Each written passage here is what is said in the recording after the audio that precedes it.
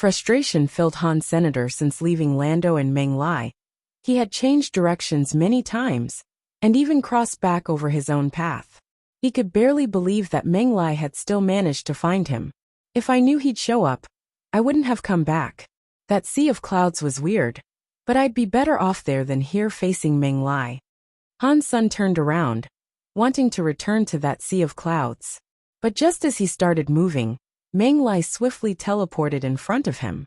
Rather than attacking though, Meng Lai simply spoke. Han Sen, if you come with me, I won't hurt you. Perhaps I can even keep you alive. You think the Extreme King will let me live if I go back with you? Han Sen lifted his lips in a sneer. Meng Lai laughed. I'm not going to lie to you. You were going to be killed. But things changed once you helped Lando become deified. This ability can guarantee your survival. If you aid the Extreme King with unwavering dedication, we can erase the crime of killing a prince. Han Sen was shocked. He couldn't believe Meng Lai had said such a thing. But I killed King Bai's son. Are you sure he will let me live? Han Sen said in disbelief. You know, the king has over 100 children and countless grandkids. Meng Lai chuckled again.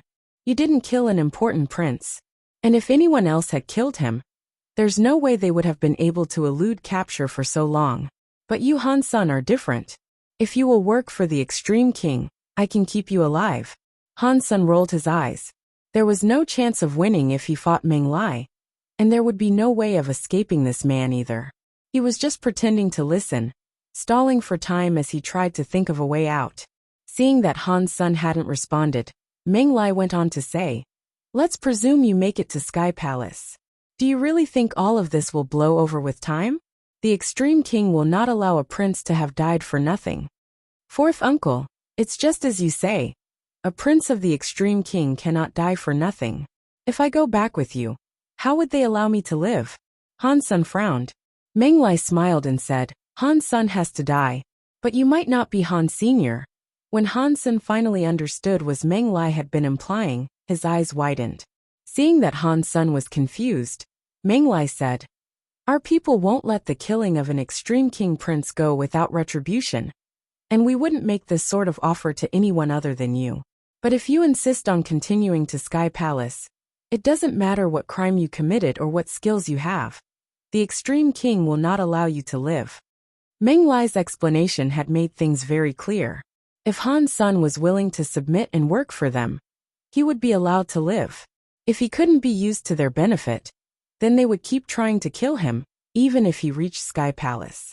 Han Sen started to say something, but he suddenly saw some blue cloud beasts heading toward them. Meng Lai frowned. Deified elites tended to scare off anything beneath their level, but these cloud beasts were just Marquis class. Despite their complete lack of strength, the cloud beasts charged forward without hesitation. Han Sen thought this was strange, to say the least. He waved his hand, and the cloud beasts disappeared. After his deified power hit them, not even their bones remained. Han Sen, what is your decision? Meng Lai asked. Looking at Han Senator, Han Sen remained silent, but Meng Lai didn't rush him. He just stood where he was, patiently awaiting a response. Han Sen wasn't mulling over Meng Lai's question, however. He was thinking about the cloud beasts that had just come his way. With a deified elite around, the cloud beasts should have stayed as far away as they could get. They would run off as soon as they smelled a deified, let alone walked right up to one. The horrible expressions on the faces of those cloud beasts were the same as the ones Han Sen himself had witnessed in the sea of creamy clouds. But he was no longer in the creamy cloud sea. An idea began to form in Han Sen's mind as he thought about the enraged cloud beasts he had fought. Before Han Sen could answer Meng Lai, another group of cloud beasts came for them. But this time, the cloud beasts were clearly of a different variety. Several different varieties of cloud beast were represented here. There were a few kings among them, heading up the regiments of various species. Han Sen might be able to convince himself that the low-level cloud beasts were too stupid to detect the deified presence of Meng Lai, but there was no way that the more powerful cloud beasts were that dumb. They were kings, and they led other cloud beasts toward Han Sen and Meng Lai. This was very abnormal behavior. Meng Lai's face darkened in anger. He waved his hand, and his gold substance chains became an area. It killed the oncoming group of cloud beasts. Those first few king-class cloud beasts were killed in a second. Nothing there stood a chance of fighting back. I am Menglai. If you have the balls to come out and fight me, sending these pathetic cloud beasts against me won't accomplish anything, you weakling. Rather than looking at the bodies of the cloud beasts, Menglai had turned to shout up at the skies. Menglai knew that the cloud beasts weren't behaving normally. He thought someone more powerful was deliberately sending the cloud beasts his way. But Han Sen knew that the cloud's beasts had been acting strangely since before Menglai had shown up. So whatever was going on, it had little to do with the deified Extreme King. Weird. If someone is controlling these cloud beasts, that person must be very powerful. But if so, why aren't they attacking directly? Han Sen thought to himself. Those cloud beasts didn't act like something was controlling them. It was as if they had seen something. Suddenly, Han Sen's heart jumped as a thought crossed his mind. He suddenly looked into his destiny's tower. He had met a few cloud beasts before, but none of them had been this powerful. And the cloud beasts wouldn't be attacking him without reason. The weird stuff had only started happening after Han Sen took the black cricket and the spider plant. At first, Han Sen thought that there was merely something wrong with the xenogeneics in the creamy cloud area.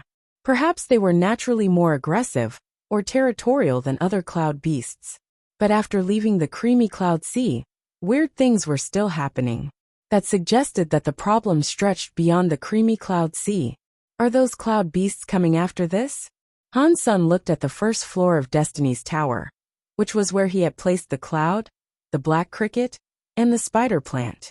The cloud had wrapped around the spider plant, but the black cricket had disappeared. It must have gone into the cloud. If the cloud beasts are attracted to these things, then taking them with me might be a bigger problem than I thought, Han Sen thought to himself. But he didn't know if the cloud beasts were attracted by the spider plant or the black cricket.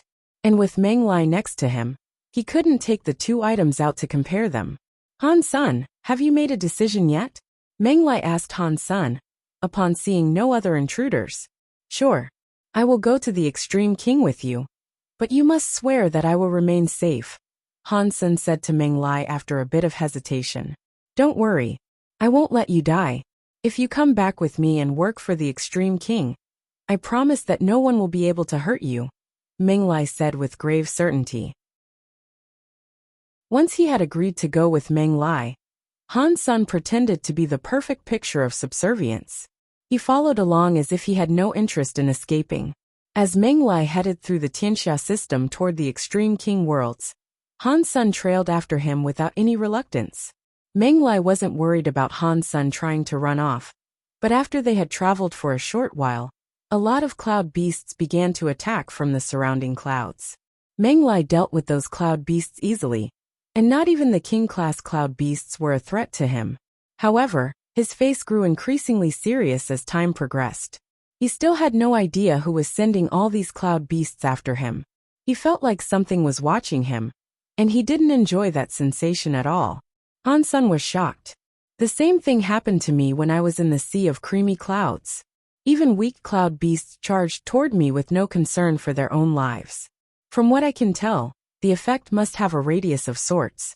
When the spider plant and the black cricket enter a location, the cloud beasts from that region are drawn toward them. Fourth uncle, did you kill Lando? Han Sen asked after Menglai killed another horde of cloud beasts. Menglai wasn't in a good mood. He casually said, "That kid is a brutal fighter. I wasn't interested in risking my life fighting him, so I just ditched him instead. But don't think that he'll be coming to save you. He was drawn in another direction, so he won't be able to find us for quite some time." Han Sen never thought Lando would die. He just wanted to find out where the dragon might have been. Hearing this did bring him a bit of relief, though.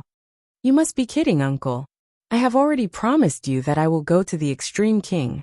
Even if Lando was right here, I wouldn't go with him. It's just as you said. If this situation isn't sorted out, I'll spend the rest of my life hounded and scared. Not even making it to Sky Palace will protect me from that. So, I am sincere about my willingness to go back. But you must also keep your promise to ensure my life, Han Sen said, looking as earnest as possible. When the Menglai heard Han Sen say this, he felt a bit better. He nodded and said, "You are quite smart. If you work for the Extreme King with full dedication, I will keep you alive. But Han Sun must still die, so you will no longer be able to use your real name. We cannot let anyone know you are still alive." "I understand. I don't mind losing my name if that's what it takes to survive. But..." Han Sun looked worried. "But what?" Meng Lai asked. "I'm afraid that someone powerful might not want me to work for the Extreme King. They would rather kill me than let me follow you back." Han Sun injected a liberal dose of fear into his voice. "Don't worry. As long as you follow me, I won't allow anyone to bring you harm," Meng Lai declared. But what Han Sun said did put Meng Lai on alert. Meng Lai was sure that some powerful figure was sending these clouds beasts after them.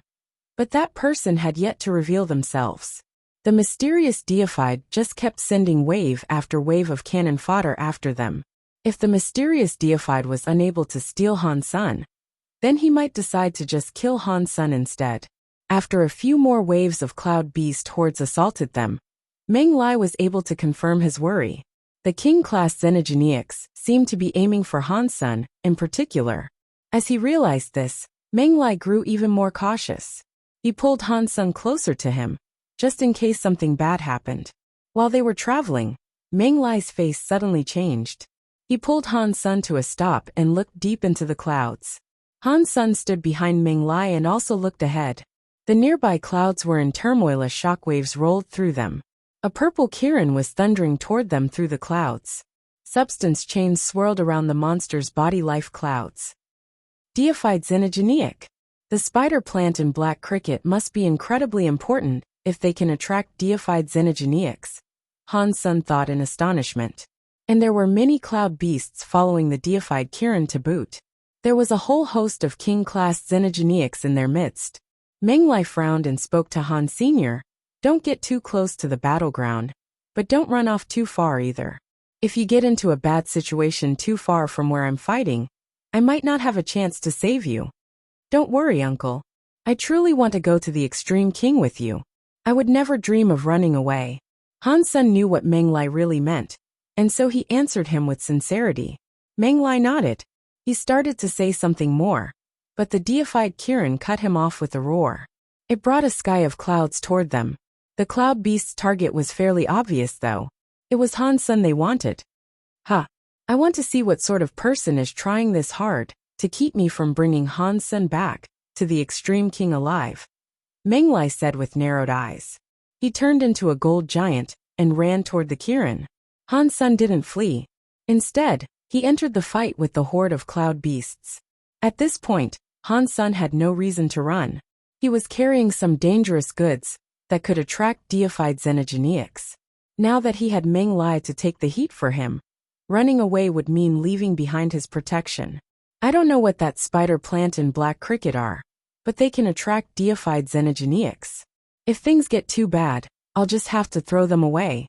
There is no point in risking my life to keep them. At least for now, though, I can use them to my advantage. If they can keep attracting deified Xenogeneics, Meng Lai will have a tough time trying to escort me out of here." Han Sun thought to himself as he began killing cloud beasts. Meng Lai engaged the Kirin, but he remained focused on how Han Sun was doing. When he saw that Han Sun had also started to fight instead of running off, it surprised him, and it actually brought him some relief. "It looks like he's sincere about following me back to the Extreme King, but that makes sense, I guess. Someone wants to kill him, and he will die if he doesn't come with me. Coming with me at least gives him a chance to live." Meng Lai nodded. As he watched the cloud beasts swarm around Han Sun like mad, he became quite angry. Someone wanted to kill Han Sun and keep him from working for the Extreme King. Meng Lai wouldn't have dreamed that the cloud beasts would be drawn straight to Han Senator. How could Han Sun, who was just a king, invoke the ire of a deified Xenogeneic? Even if Han Sun attracted them, they should have attacked Meng Lai first. But these Xenogeneics seemed obsessed with killing Han Sun, despite the deified opponent in the same area. That was why Meng Lai believed there had to be some mastermind hidden somewhere nearby. This mysterious person clearly wanted to prevent Han Sun from being taken back to the Extreme King. Meng Lai was a brother of the Extreme King's ruler. He was an old scary deified, Even if he had lost his extreme purple demon dragon, it was unlikely that another deified could kill him. Although Meng Lai was slowly fighting back the Kirin that was surrounded by clouds, it would still take a long time for him to kill the creature. Han Sun made use of his movements to go around the cloud beasts he fought. He used this opportunity to wipe out several King-class Xenogeneics. He was quite pleased to have earned more King-class Xenogeneic genes. Han Sun moved through the Xenogeneic hordes, using the purple eye butterfly to check on Meng Lai. If he got the chance, he might be able to attack at the right time, and get a deified beast soul out of all this too. That would be splendid. But killing a deified being wasn't that easy. If Meng Lai still had his extreme purple demon dragon, he could have killed another deified relatively quickly. But since he had lost his extreme purple demon dragon, he had to exhaust his own power. Killing the deified Kirin wouldn't be an easy task for him. Chapter 2491. Tianxia's 7 gods. The longer he fought, the more confused Meng Lai became. Even if an ordinary deified Xenogeneic wasn't very smart, it would still know to retreat when it was losing a fight. It wouldn't just relentlessly continue to attack a more powerful opponent. But that Kirin wanted a fight to the death no matter what. It didn't care for its life, which made it surprisingly difficult to counter. But the thing that concerned Meng Lai the most was the idea that someone was orchestrating all this. If that mysterious person could control deified Xenogeneics, Meng Lai didn't want to imagine how strong they might be. I have to take Han Sun back to the Extreme King, and I have to do it fast. Meng Lai made his mind up. A gold substance chain exploded in a blinding burst of light. It was like a golden god tearing through space. Cloud airs and deified blood sprayed everywhere. Because of the amount of raw power being exchanged, Han Sun couldn't get close to the fight. After 10 hours, Han Sun heard the sound of something screaming, then silence. He turned as the headless body of the Kirin slowly fell through the clouds. Then Meng Lai was coming toward him. The man's hands were clutching the Kirin's severed head. Meng Lai was injured too though.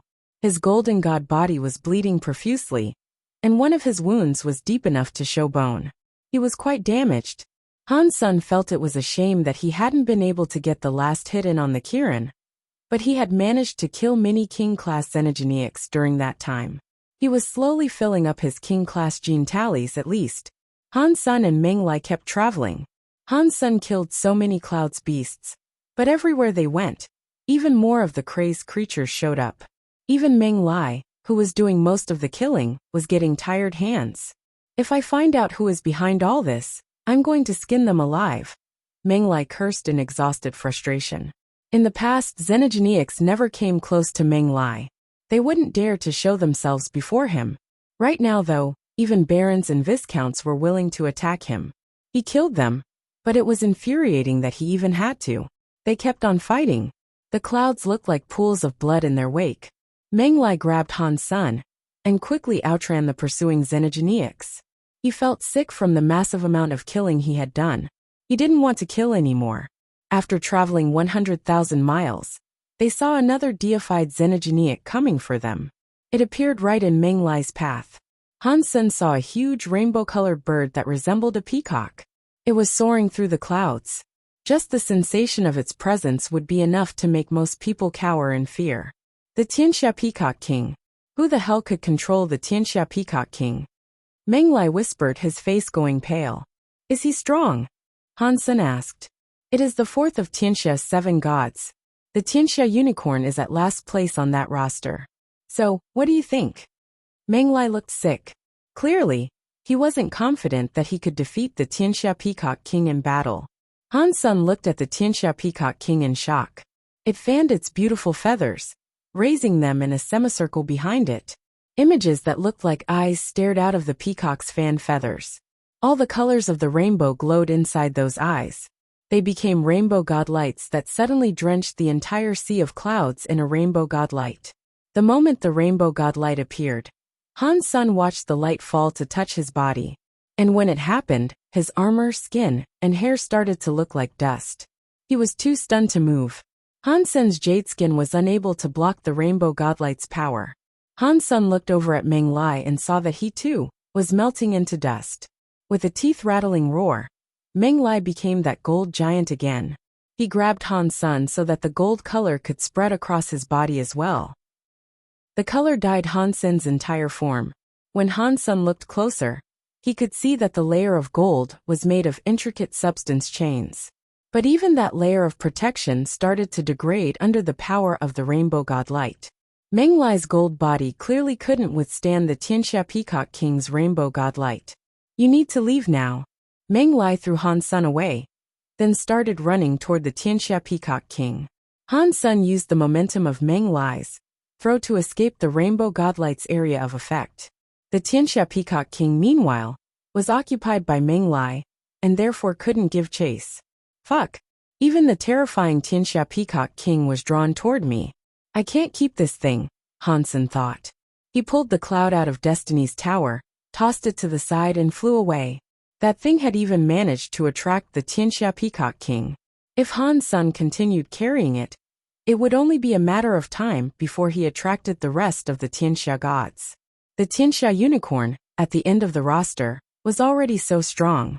The fourth-rank god, the Tianxia Peacock King, must have been exceptionally scary. Even Meng Lai didn't underestimate a foe like that. If an enemy of a higher level came, they'd be killed in no time at all. After Han Sun dished the cloud, he turned back.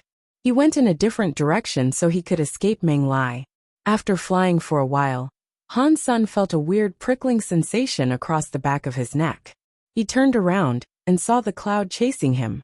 Oh shit! Why are you following me? Han Sun's eyes almost popped out of his skull. The thing hadn't stayed where he put it. The cloud didn't answer Han's senator, it just flew over to him and floated nearby. It didn't seem to want to hurt him though. I'm afraid of you. Han Sun thought it was best to stay away from the strange cloud. He accelerated away, using his phoenix techniques as he fled. While that creamy cloud looked very slow, it somehow managed to keep up with Han's senator. No matter how many times Han Sun changed direction, he couldn't shake it off. Han Sun tried to punch it and send it flying away, but that didn't work for crap. The more strength he put into the blow, the faster the cloud would follow him. And when his punch landed on the cloud, it would become really thick and withstand all the force. After a short while of running, he met another group of cloud beasts. They were drawn to the cloud following Han's senator. Fortunately, these cloud beasts were quite low level. They were most viscounts and earls. Han Sun got rid of them easily. If you bring me another deified, I will be very dead. There was nothing Han Sun could do to get rid of the cloud. He felt like crying, but then Han Sun thought about it. The cloud's area of effect was limited. If he didn't run, no more powerful cloud beasts would show up. Thinking of that, Han Sun stopped running. He stopped right where he was and glared at the cloud.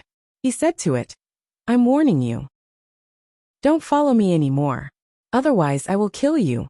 Han Sun was trying to scare the black cricket or spider plant on the inside, as it was obvious that one of those two was behind the drama. You really think I can't kill you? Han Sun demanded angrily when the cloud didn't react. He walked straight up to the occupants of the cloud. Chapter 2492. Tianxia Peacock King. Han Sun approached the cloud, but it quickly retreated so that Han Sun couldn't touch it. Han Sun felt so angry. He sped up and chased after the cloud. As he chased it, it continued to retreat away from him. But whenever Han Sun turned around and tried to move away from the cloud, it would follow. After a short time of this, Han Sun became incredibly frustrated. I was wrong to take you. I was wrong. Can you please stop following me? Han Sun begged the cloud, tears in his eyes. Unfortunately for Han Sun, the cricket on the inside didn't understand the common tongue of the universe. When Han Sun walked away, it followed again. Now Han Sun's situation had become a little awkward. He couldn't leave, and neither could he stay. It was easy to invite a god in, but it was hard to send a god away. Do you really think you can bully me this easily? Han Sun was getting angry. Instead of going on its merry way, the cloud was creeping along behind him like a stalker. Han Sun decided to summon Spell and use her 2 pistols. He fired rapidly, and each bullet hit the cloud at high speed. The cloud didn't dodge, and the bullets slammed into the cloud's surface. However, an instant later, the bullets were bouncing away instead of piercing through the cloud. Han Sun had expected this result. He hadn't actually been trying to break the cloud. You are too weak to fight against Big Brother Han. Han Sun laughed coldly. He used his pistols to shoot the cloud again. Many bullets again hit the cloud. But this time, the cloud seemed to lose its bounciness. When the bullets hit it, it sounded like they were hitting a stone surface. Han Sun's first attacks earlier had been infused with spells solidifying power. He solidified the cloud, depriving it of its elastic resilience. Although the cloud was now very hard, the bullets still couldn't hurt it. But where the bullets struck, turtle symbols now appeared. It was Han Sun's turtle skill. After Han Sun fired at it for a while more, the solidified cloud was completely checkered with the glowing symbols of a turtle. When he was finished doing that, he cast an icy light, turning the cloud into a block of ice. I don't believe you'll be able to follow me after that. Han Sun turned around and flew away. As he flew, he turned repeatedly to check on the frozen cloud. The cloud began to move despite being frozen. But Han Sun was relieved to see that it was now as slow as a snail. It would be impossible for it to keep up with Han Sun now. Han Sun was happy about this. He left it in the dust, no longer looking back. It wasn't going to catch up. I finally got rid of it. Han Sun changed direction a few times, and when it was assuredly gone, he let out a long sigh of relief. He was just going to keep flying, but he soon felt something come from up ahead. It seemed as if there were creatures doing battle ahead of him. The fight was happening very far away, and the shockwaves from the battle barely rocked the clouds around him. Han Sun hesitated. He finally decided to fly over and get a better look at the battleground. Before long, he could analyze the shockwaves much more clearly. This sonic power is so familiar. It's Baoqin. The other power being used is a fire element. Wait, isn't that the little red bird's power? Han Sun was as much surprised as he was happy. He accelerated toward the battle. The closer he got to the battleground, the crazier the shockwaves became. Before Han Sun saw the little red bird in Baoqin, he saw the white whale positioned in the clouds. It was chasing 2 king-class knights from the Extreme King. Han Sun was delighted. He headed straight for the white whale and the 2 Extreme King knights. The 2 Extreme King knights were fleeing in fear. When they suddenly saw Han Sun in front of them, they froze. That momentary pause was all it took for the white whale's mouth to open and suck them in like a black hole. Daddy! After Han Sun entered the white whale, Bauer jumped into Han Sun's chest. She excitedly said, Daddy! I captured so many people in the ship. Han Sun looked to where Bauer was pointing, and he saw that the white whale's prison was stuffed with a dozen kings and half-deifieds. They were all Extreme King knights. Good job. Han Sun glanced over the other people on the ship. The pirates and Fang Qingyu were fine. Only Ningyu was looking a little messy. She was sitting in the corner with dirted clothing. She seemed to be terrified. When Bauer explained what had happened to her, Han Sun was momentarily stunned. That little green sword can kill a half-deified? There's obviously more to it than meets the eye. I wonder where it came from. It was an item dug up in Du God City. Could it have been a weapon left behind by the gods that did battle there? If it is a weapon of the gods, it could make Ningyu very rich. Han Sun looked at Ningyu, but was reminded of the state she was in.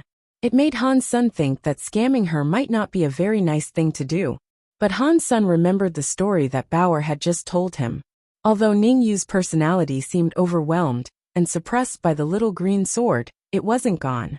On certain occasions his real self could shine through. But the little green sword was too strong. Ningyu's will could only be activated under extreme duress, for limited periods of time. Completely escaping the grasp of the little green sword seemed very difficult. Is the little red bird okay? Han Sun murmured to himself, looking worriedly at the burning sky. According to Bauer, the little red bird and Baoqin had been fighting for a few days without a winner being determined. Bauer lifted her lips and said, Don't worry, Daddy. Little Red will be fine. If he wasn't so small, he could have already killed that guy. Han Sun nodded. He wanted to say something more, but his face changed. He glanced absent-mindedly out of the white whale, and among the numerous clouds, he saw a single creamy cloud heading toward them. It soon came before the white whale, and Han Sun instantly that it was his stalker cloud. Oh my God! How could it catch up with me? Han Sun saw that the ice and turtle symbols he'd placed on the cloud had now vanished. He didn't know how to get rid of the damn thing. Bauer, call Little Red back. We have to go. Now. Han Sun's face looked dire. If the cloud was here now, then many more cloud beasts might be on their way. If a deified xenogeniac was drawn to them, they would be in big trouble. Bauer didn't know what was going on, but she did as Han Sun instructed. She used the white whale to fire a crystal light at the battleground. Not long after, Han Sun saw the little phoenix retreat. When it landed on the white whale, it returned to looking like the little red bird again. Where are you running to? Bao Qin traveled through space. His body was blackened and bleeding in various places, and the harp he used was burned. Some of its strings had even been broken. It looked as if he hadn't gotten the better end of his battle with the little red bird. Han Sun let Bauer use the white whale's controls to escape. Bao Qin had been fighting for so long, he must have lost a lot of his energy. Chasing after the white whale now wouldn't be an easy feat for him.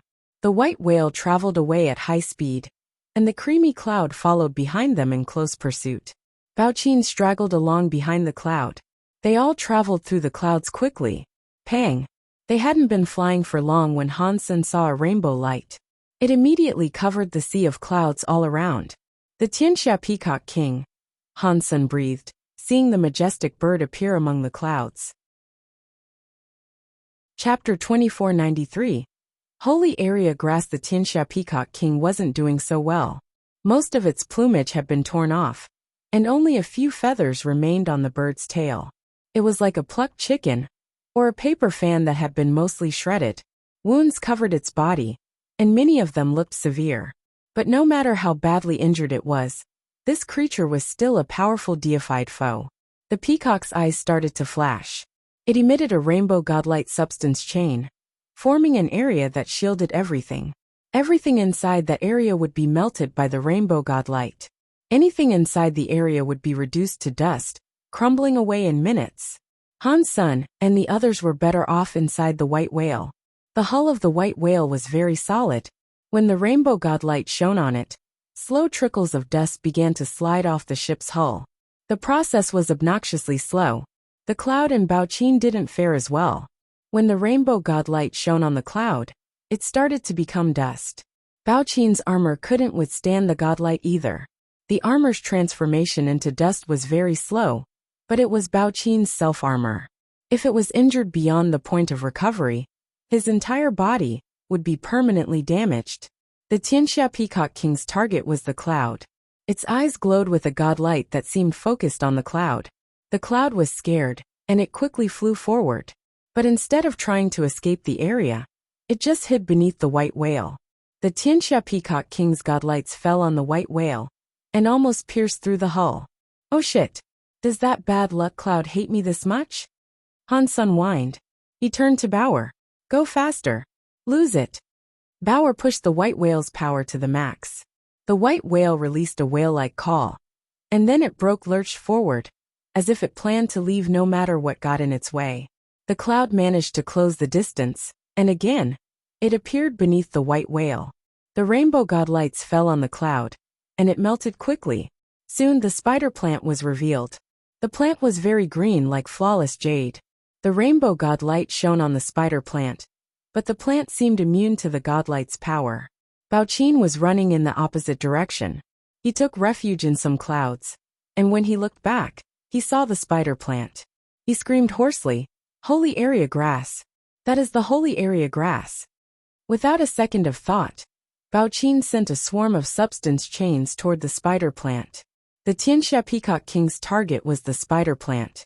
When it saw that Bao Qin was trying to steal its prize, the rainbow godlight fired a laser at him.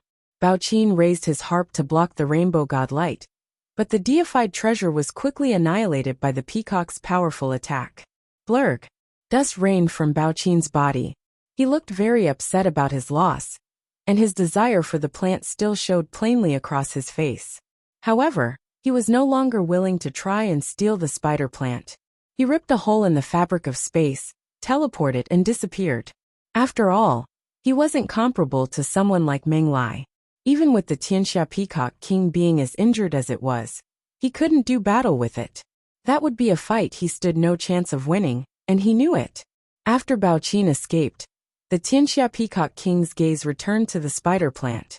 It wanted to eat the spider plant, but before it could swoop down on the plant flew away under some invisible force.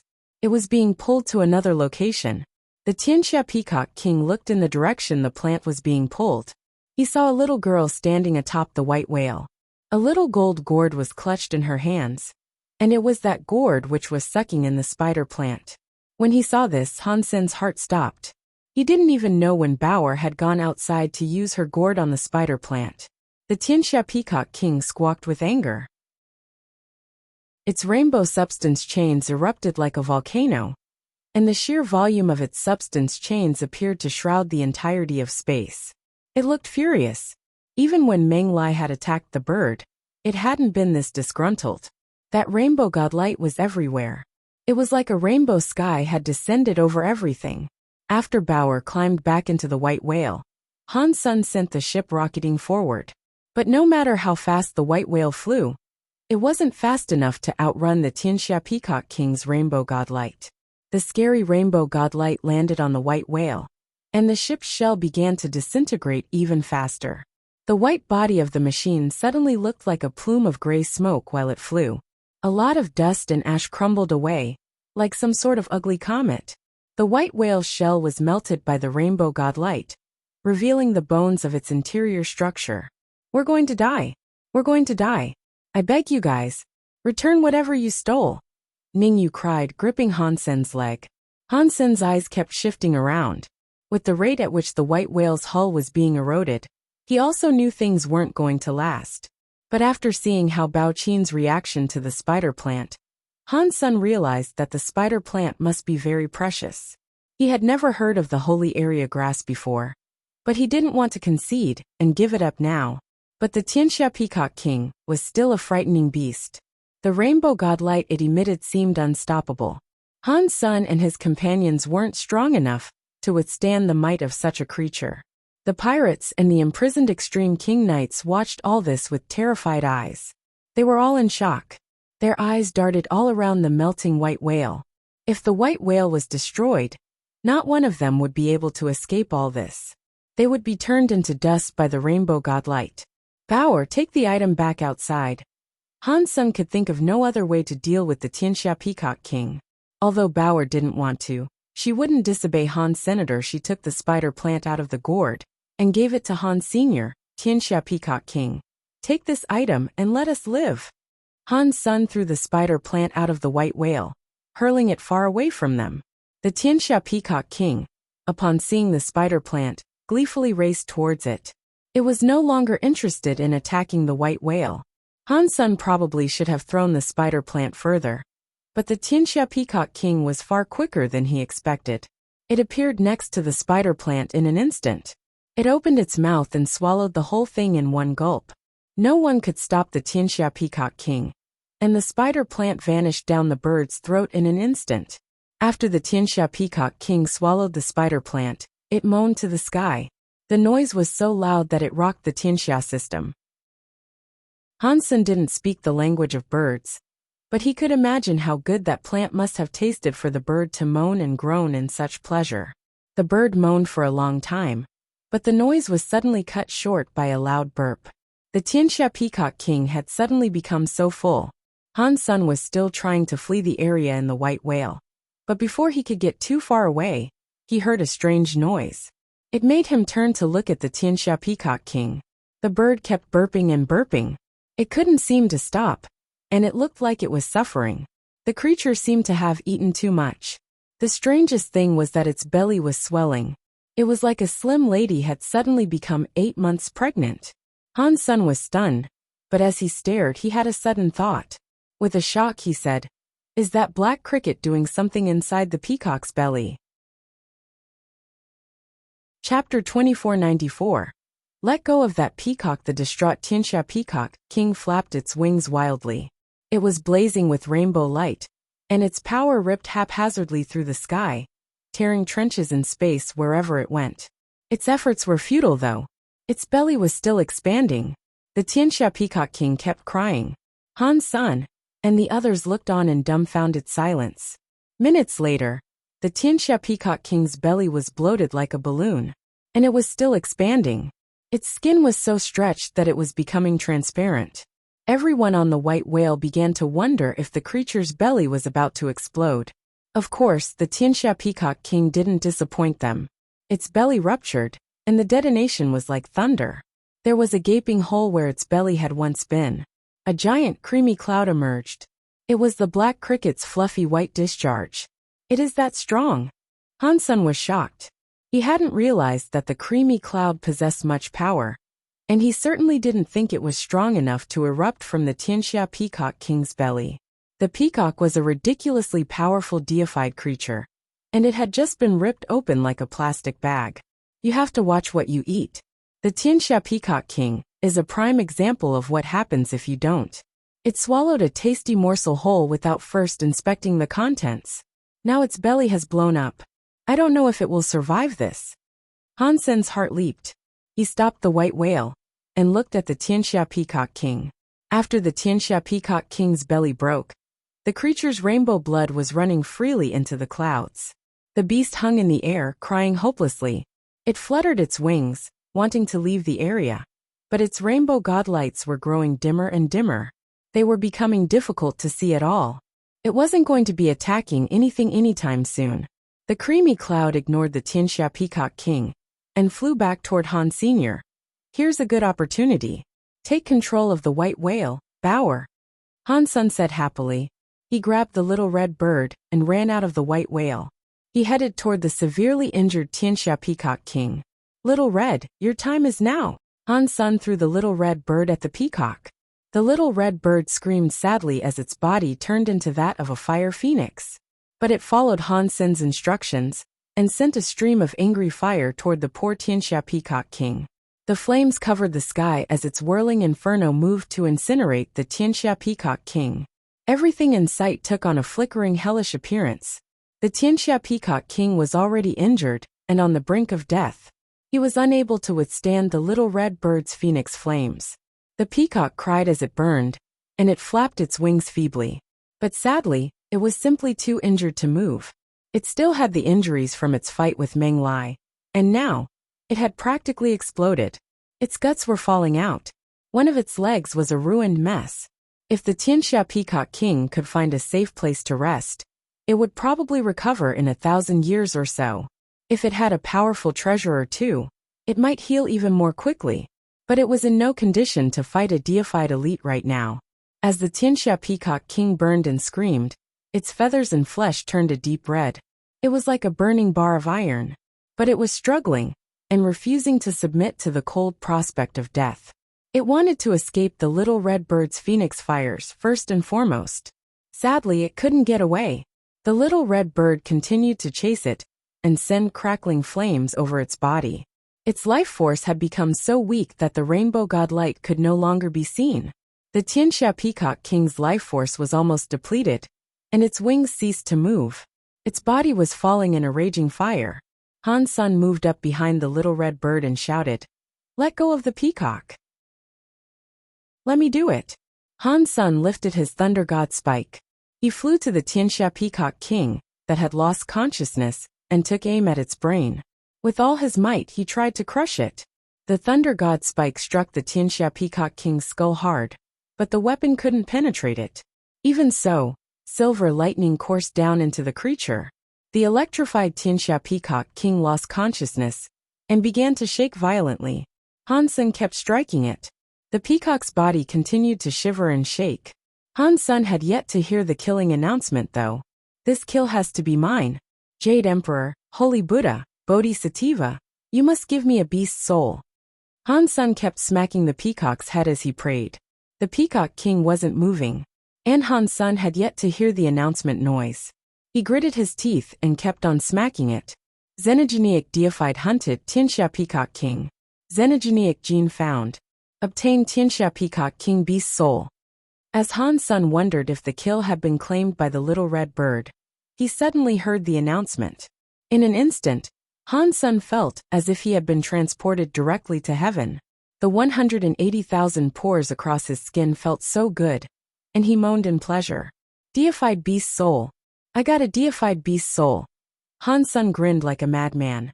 Turning away from the Tianxia Peacock King's body, he went looking for the Tianxia Peacock King's beast soul, to see what type it was. A weapon, please give me a weapon. Just a weapon will do. Han Sen's heart was screaming.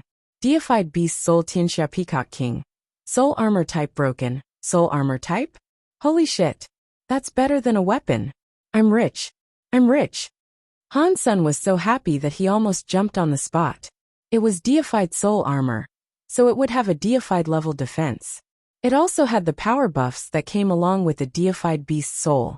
Although it wasn't like a shape-shifting beast soul, having the deified body buffs would make his attacks as fierce as a deified being's. Now that he had this peacock soul armor, Han Sen could challenge deified elites in battle. Wait, what does broken mean? Is it a broken beast soul? No. I've never heard of a broken beast soul before. When Han Sen saw the word broken at the end of its label, his happy feelings quickly evaporated. He summoned the Tianxia Peacock King's soul armor, and a gray garment appeared on his body. It was made entirely out of gray peacock feathers. Technically, it seemed less like soul armor, and more like a soul robe. The robe of gray feathers fully enclosed Han Senator, and behind the gray feathers, there was an image of a peacock. It possessed the face of the Tianxia Peacock King. Its feathers were closed, and its tail wasn't fanned. Han Sen's heart jumped. A rainbow god light was shining within the robe. It formed a silhouette of the peacock with its tail fully fanned. A scary power rose inside Han Sen's body, and it became a rainbow substance chain that buffed every corner of Han Sen's being. Feeling that scary power inside him, Han Sen felt as if he could destroy the entire universe in one punch. Weird. The soul robe of the Peacock King isn't broken. It is a perfectly functional set of armor. So why does it say that it is broken? Han Sen didn't understand. He believed that the power currently possessed by the robe was perfectly deified. Chapter 2495. Holy Area Grass. Han Sen brought the Tianxia Peacock King's body back to the white whale, and Bauer quickly whipped out the little gourd and absorbed the cloud inside it. The damage done to the white whale was pretty severe. It could repair itself, but being damaged that badly meant it would take a while before it was completely fixed. The ship could hardly move at this point.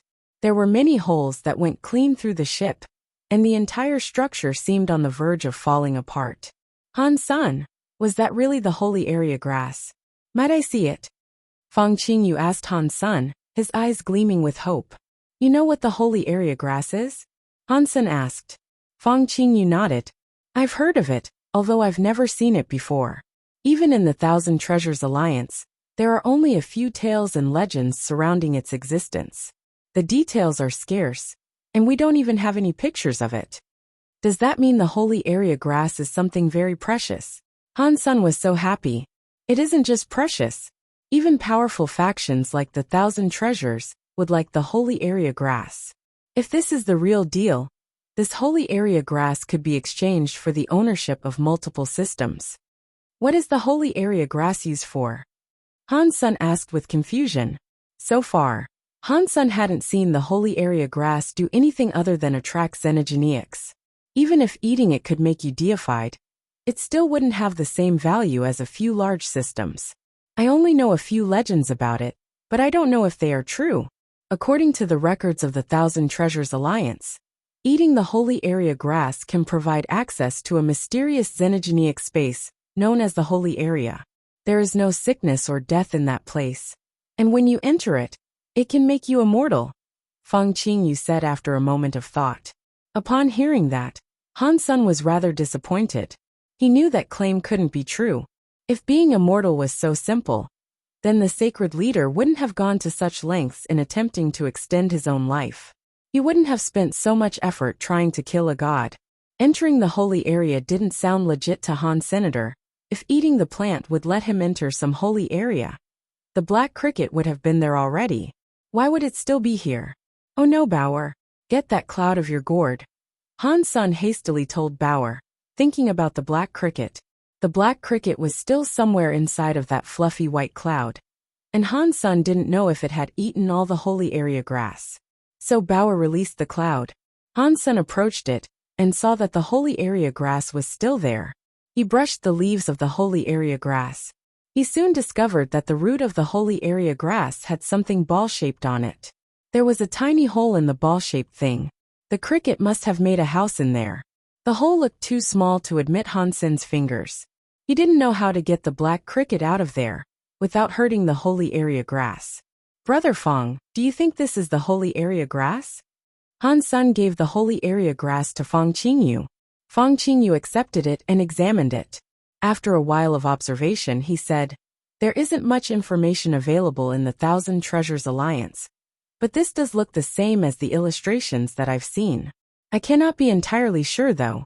If it is the real holy area grass, you are going to have to find a way to hide it. The holy area grass is very attractive to many xenogeneics, and they will do anything to claim it." Han Sen's face looked glum. He didn't know if this was the holy area grass, but it had already attracted many xenogeneics. It had even attracted deified xenogeneics like the Tianxia Peacock King. Not even Destiny's Tower had contained its magnetic effect on xenogeneics. "Daddy, I will help you keep it," Bauer said, her eyes closing in a slow blink. "Sure. You take it for now then." Han Sen knew Bauer liked the plant. Han Sen would never skimp on the resources that he provided to his daughter. Plus, he didn't know how to deal with the holy area grass for now, so there was no harm in allowing Bauer to hold on to it for the time being. Bauer was very happy about this. She put the holy area grass and cloud back inside her little gourd. Bauer, inside the holy area grass is a black cricket. Earlier, it broke the Tianxia Peacock King's belly. "You need to be careful with that thing," Han Sen warned her. "Crickets are my favorite. I should get another one to make the crickets fight," Bauer said happily. "What I mean to say is that the black cricket eats the holy area grass. Don't let it eat all the holy area grass," Han Sen said with a wry smile. "We need to let him eat it. We can't eat the grass. It is only useful to us if he eats it," Bauer said. "You know what it is?" Han Sen asked Bauer in shock. Bauer thought and then said, "I don't know why, but I do know that if he finishes all the grass, it can take us to a fun place called the Holy Area." Bauer must have some sort of prophetic power, Han Sen thought. He knew Bauer wouldn't lie to him, but Bauer seemed to have the answers to the strangest questions. It was hard to imagine what sort of creature she was. Although the white whale was heavily damaged, they had earned a lot in their most recent adventure. Han Sen had captured the holy area grass and the black cricket. He had also gotten the Tianxia Peacock King's body and the soul robe beast's soul. All those items were priceless. He didn't know what sort of power Bauer's little gourd had. Ever since the holy area grass was sucked inside, though, no further cloud beasts came for them. The holy area grass was no longer connected to the outside world. Han Sen found a chance to quietly transport the Tianxia Peacock King's body back to the sanctuaries. Right now, Han Sen had no way of consuming the flesh of a deified xenogeneic. So, he had to just store it for the time being. Han Sen drove the white whale through the rest of the Tianxia system. For a few days, it was smooth sailing and nothing bad happened. They encountered a few king-class cloud beasts, which were swiftly killed by Han Senator whenever there was free time. Han Sen kept trying to push the story of Jean's self-cogwheel. The story of Jean's self-cogwheel was the same as the Blood Pulse Sutras. They were separate and not connected to the other universal cogwheels. However, unlike the Blood Pulse Sutra, it couldn't connect with other self-cogwheels either. This cogwheel was completely independent. It had no connection to anything else in the universe. It was different from the Dongxian Sutra. The Dongxian Sutra connected to every cogwheel in the universe. The story of genes couldn't operate with a single other cogwheel. According to most theories, the fewer connections a cogwheel had to others, the easier it was to push. After all, it took power to move every cogwheel, so the more cogwheels that needed to be moved, the more strength was required. But with Han Sen's power, he still couldn't push the self-cogwheel of the story of genes. It was as if the cogwheel was locked up, or maybe it wasn't supposed to be moved. Han Sen used his Dongxian area, and noticed that the cogwheel wasn't big. The white cogwheel also had weird symbols engraved across it. Han Sen realized they were the same as those on Spell's forehead. They might have meant eternity. Chapter 2496. The story of Jean's leveling up to king class despite countless attempts. Han Sen never succeeded in activating the story of Jean's cogwheel. But now things were different. Han Sen had the Peacock King's soul robe. Through the buffs provided by the Peacock King's beast soul, his power could rival that of a deified. With deified power behind him, Han Sen believed he'd have what it took to finally put the self-cogwheel in motion. After a few days, Han Sen found the right time to do that. He locked himself in an isolated room and fired up the story of Jean's to get to work on his leveling up plan. He summoned his Peacock King beast soul, and the feathery soul robe appeared around Han Sen. The peacock symbol on the back of the robe began to glow. Han Sen's heart jumped. The rainbow peacock symbol suddenly became a Peacock King shadow. It floated behind Han Sen. Many rainbow godlight buffs flowed into Han Sen's body then. Rainbow-like colors shimmered through his aura, generating a substance chain. With that unlimited soul power, Han Sen cast the story of Jean's and used the rainbow godlight to push his self-cogwheel. Catcha! The rainbow godlight that could destroy planets was able to push the story of Jean's self-cogwheel. But the cogwheel only moved a tiny amount. It looked like an old door with rusty hinges. It was only slightly ajar. Han Sen was thrilled though. He kept pushing the rainbow godlight power into the self-cogwheel. The soul robe allowed Han Sen to summon a mind-boggling amount of power, and yet, it seemed to be fighting an uphill battle as it struggled to push the self-cogwheel. Such much power, yet it can barely move the story of Jean's self-cogwheel. If I use my own power, I have no clue when I would be able to get it moving. Perhaps I would have to wait until all my other Geno arts were deified before I could push the story of Jean's to king. Han Sen was shocked. The self-cogwheel moved steadily, and after it completed one cycle, it started to move faster and faster. The spell symbol was getting brighter and brighter too. In the end, Han Sen was able to release his power, and the self-cogwheel was able to spin on its own. The door to the Universal Core Hall was open for him. Han Sen entered and discovered that he was actually someplace new. It was vastly different from the place he had expected to enter. Using different self-cogwheels to enter the core area spawns me in different places. And that means I can appear in 4 different locations. That is interesting. Han Sen didn't stay for long. He proceeded to exit the core area. The Tianxia system was too dangerous, so now wasn't the time for him to kick back and have a relaxed xenogenic hunt. The journey, however, was surprisingly free from strife. They traveled through the Tianxia system for another 2 weeks. Along the way, they didn't encounter any other deified elites. Han Sen was able to deal with ordinary xenogenics and kings easily. Little Captain, you can do it. You can do it. You can do it. Captain, you can do it. You can do it. You can do it. You can do it. Han Sen and Bauer were playing old man. The pirates were watching. They kept shouting and clapping as they did. If people didn't know better, they would believe this was a television commercial. In that fun atmosphere, it looked as if they were having a simple competition. Han Sen appeared relaxed, but he suddenly became serious. Bauer, guess which card this is? Han Sen said with a smile. He was looking at Bauer's 2 cards. You guess. Bauer smiled and blinked at Han Sr. You're getting smart, little evil. Not even I can see what you're thinking about these days. Han Sen looked at the 2 cards but hesitated. He couldn't tell what the 2 cards in Bauer's hands were. He couldn't tell which was the ghost card, and which was the card that he needed. If he picked the wrong card, and thus ended up with the ghost card, he would stand no chance. Han Sen looked at the nearby pirates. He wanted to see if he could read their faces to learn where the right card was. But he received no answer. Daddy, stop looking at them. They cannot see what card I have. You can't learn anything from their faces. Bauer smiled beatifically and said, This time I'm going to win. Han Sen smiled. He reached his hand out to a card and said, I want this card. As Han Sen touched the card, Bauer's face changed. But it was only for a moment. Han Sen suddenly let go of that card and picked up the other. He flipped it over to reveal a 3 of hearts. It paired with Han Sen's 3 of spades. Why I lost? Bauer clutched her face, looking destroyed. She threw the ghost card down on the table.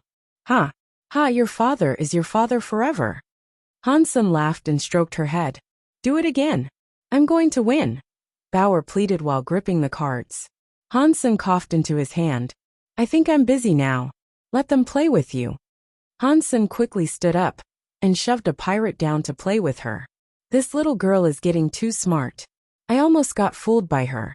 I cannot play with her anymore because losing would be way too embarrassing, Hansen thought, touching his nose. Bauer wasn't happy that she had finally found a chance to play with him, and she had still lost. She felt quite depressed because of this, and she took it out on the pirates. A short time later, the bodies of all the pirates were covered in stickers.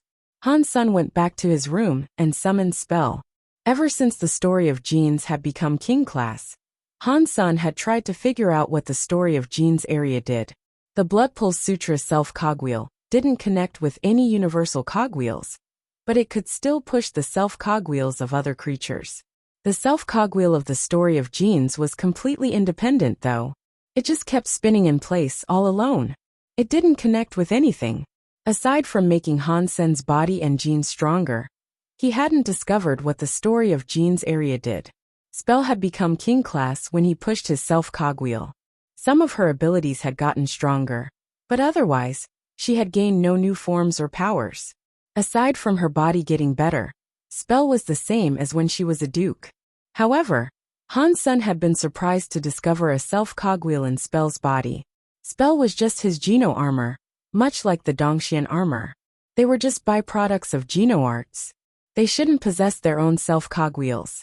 But Spell was like a real creature, and she had her own self-cogwheel.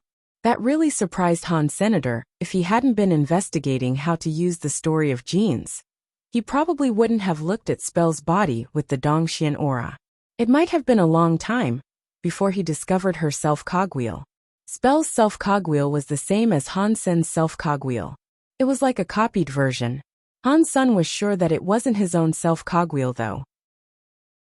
And that was because he was unable to control Spell's cogwheel. Hansen's eyes suddenly widened. Does that mean the story of Gene's self-cogwheel is designed to push Spell's own cogwheel?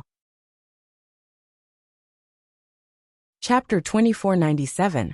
The use of the story of Geneseeing Spell's self-cogwheel. Hansen reached his hand out to touch her forehead. He activated the story of Gene's self-cogwheel. Catcha! Two identical self-cogwheels were able to connect. They fit together perfectly.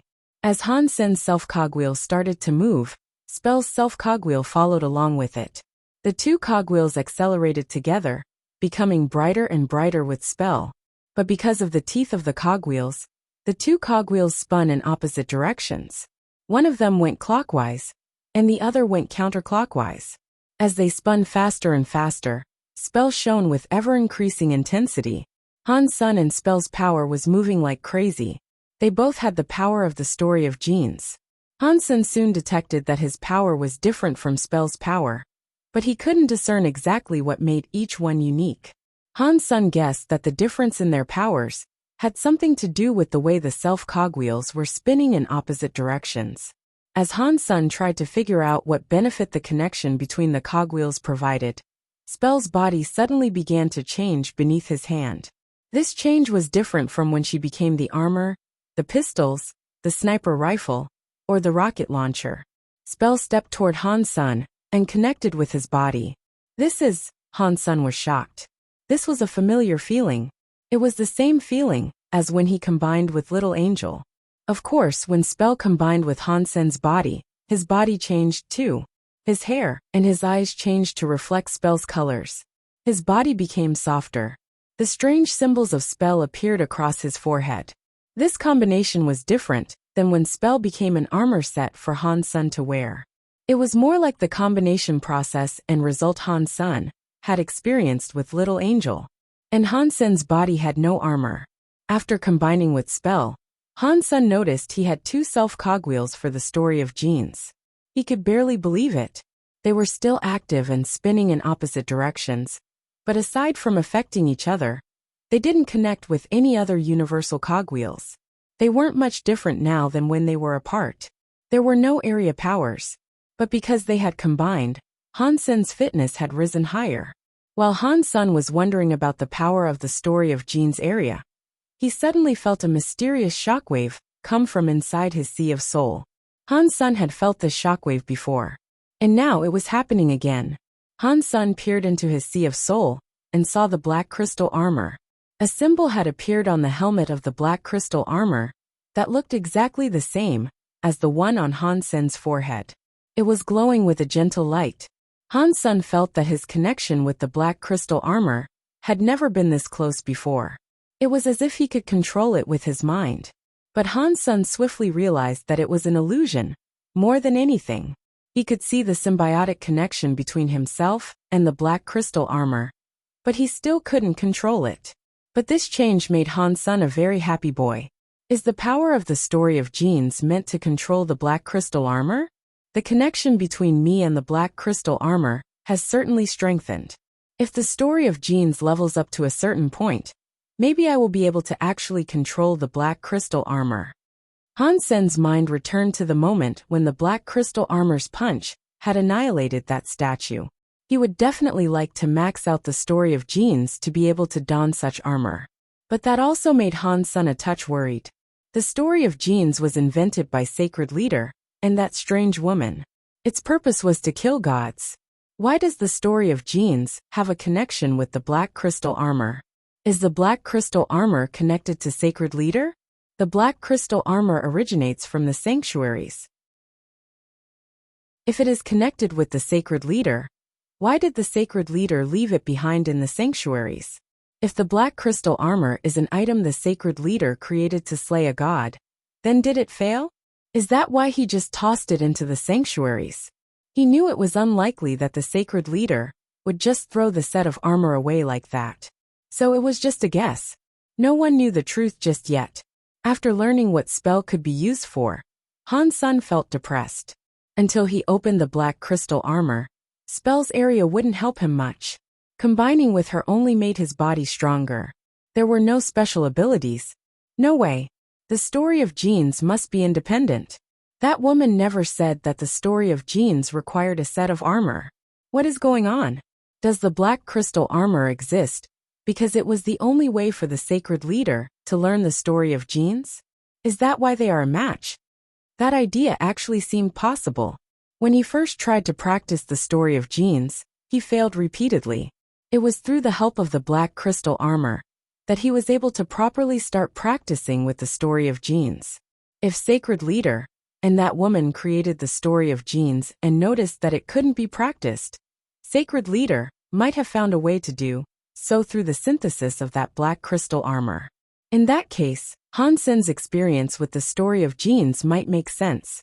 There was one thing that didn't make sense though. If the black crystal armor was something that helped the story of Jin's, Sacred Leader must have carried it around with him like a treasure. Why would he leave it behind in the sanctuaries? And on top of that, why would he leave it in the first realm of the sanctuaries? Han Sun didn't understand, so he stopped thinking about it and released his connection with spell. Weird. When I combine with spell, why is the process so similar to what I do with Little Angel? Han Sun wanted to find Little Angel and try it again, but she wasn't here. So that would have to wait. When Han Sun returned to the control deck, the pirates were standing in front of Bauer. They all looked depressed. They were dukes and kings, but their faces were covered with stickers. They looked hilarious. He saw that the eyes of the pirates were pleading for help. So, Han Sun put Bauer on his shoulder and said, "Okay, you should let them go back to work now. We should have a look at the Knights of the Extreme King." Han Sun walked a few steps when he suddenly heard a pirate shout, "Captain, look! Something is approaching us." Han Sun looked where the man was indicating, and he saw a giant battleship amidst the clouds. The battleship was almost as big as a planet. It wasn't rare to see a ship that big, but this was the Tianxia system. Most electronics failed to work in this place, so it was surprising to see something that large remain functional. As Han Sun mulled over this oddity, the battleship came near the white whale. The enormous white whale looked like a tiny fish next to this monolithic battleship. Chapter 2498. Scion Scion. Han Sen's face changed. If there was a race in the universe that could drive a battleship into the Tianxia system, it would be the Scion. From an evolutionary standpoint, the Scion were probably somewhere in the top 20 high races in the universe. But due to their technological advancements, they were considered number 6 on such a scale. Even the technology of the Extreme King was lacking when compared to the Scion.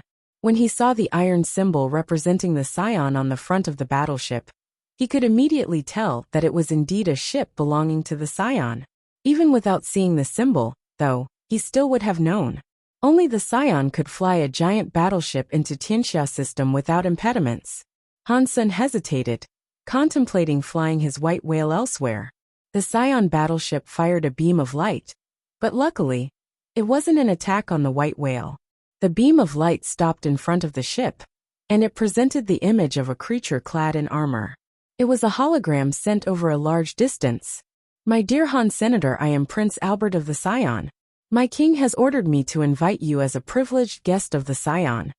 The armored creature finished with a bow toward Han Senator. He certainly appeared very elegant. Thanks for the invite, but no thanks. I'm busy, and I can't spare the time to visit you, Han Sen said, from his position inside the white whale. Prince Albert heard this, but he went on to say, Please do not fear, for we mean no harm. We only request that you bless our prince. If there is anything you need, please tell us. Perhaps then we can discuss a price for your service. I'm afraid you've misunderstood. I can give you a blessing, but turning a normal creature into a deified elite is an impossible task, Han Sen said.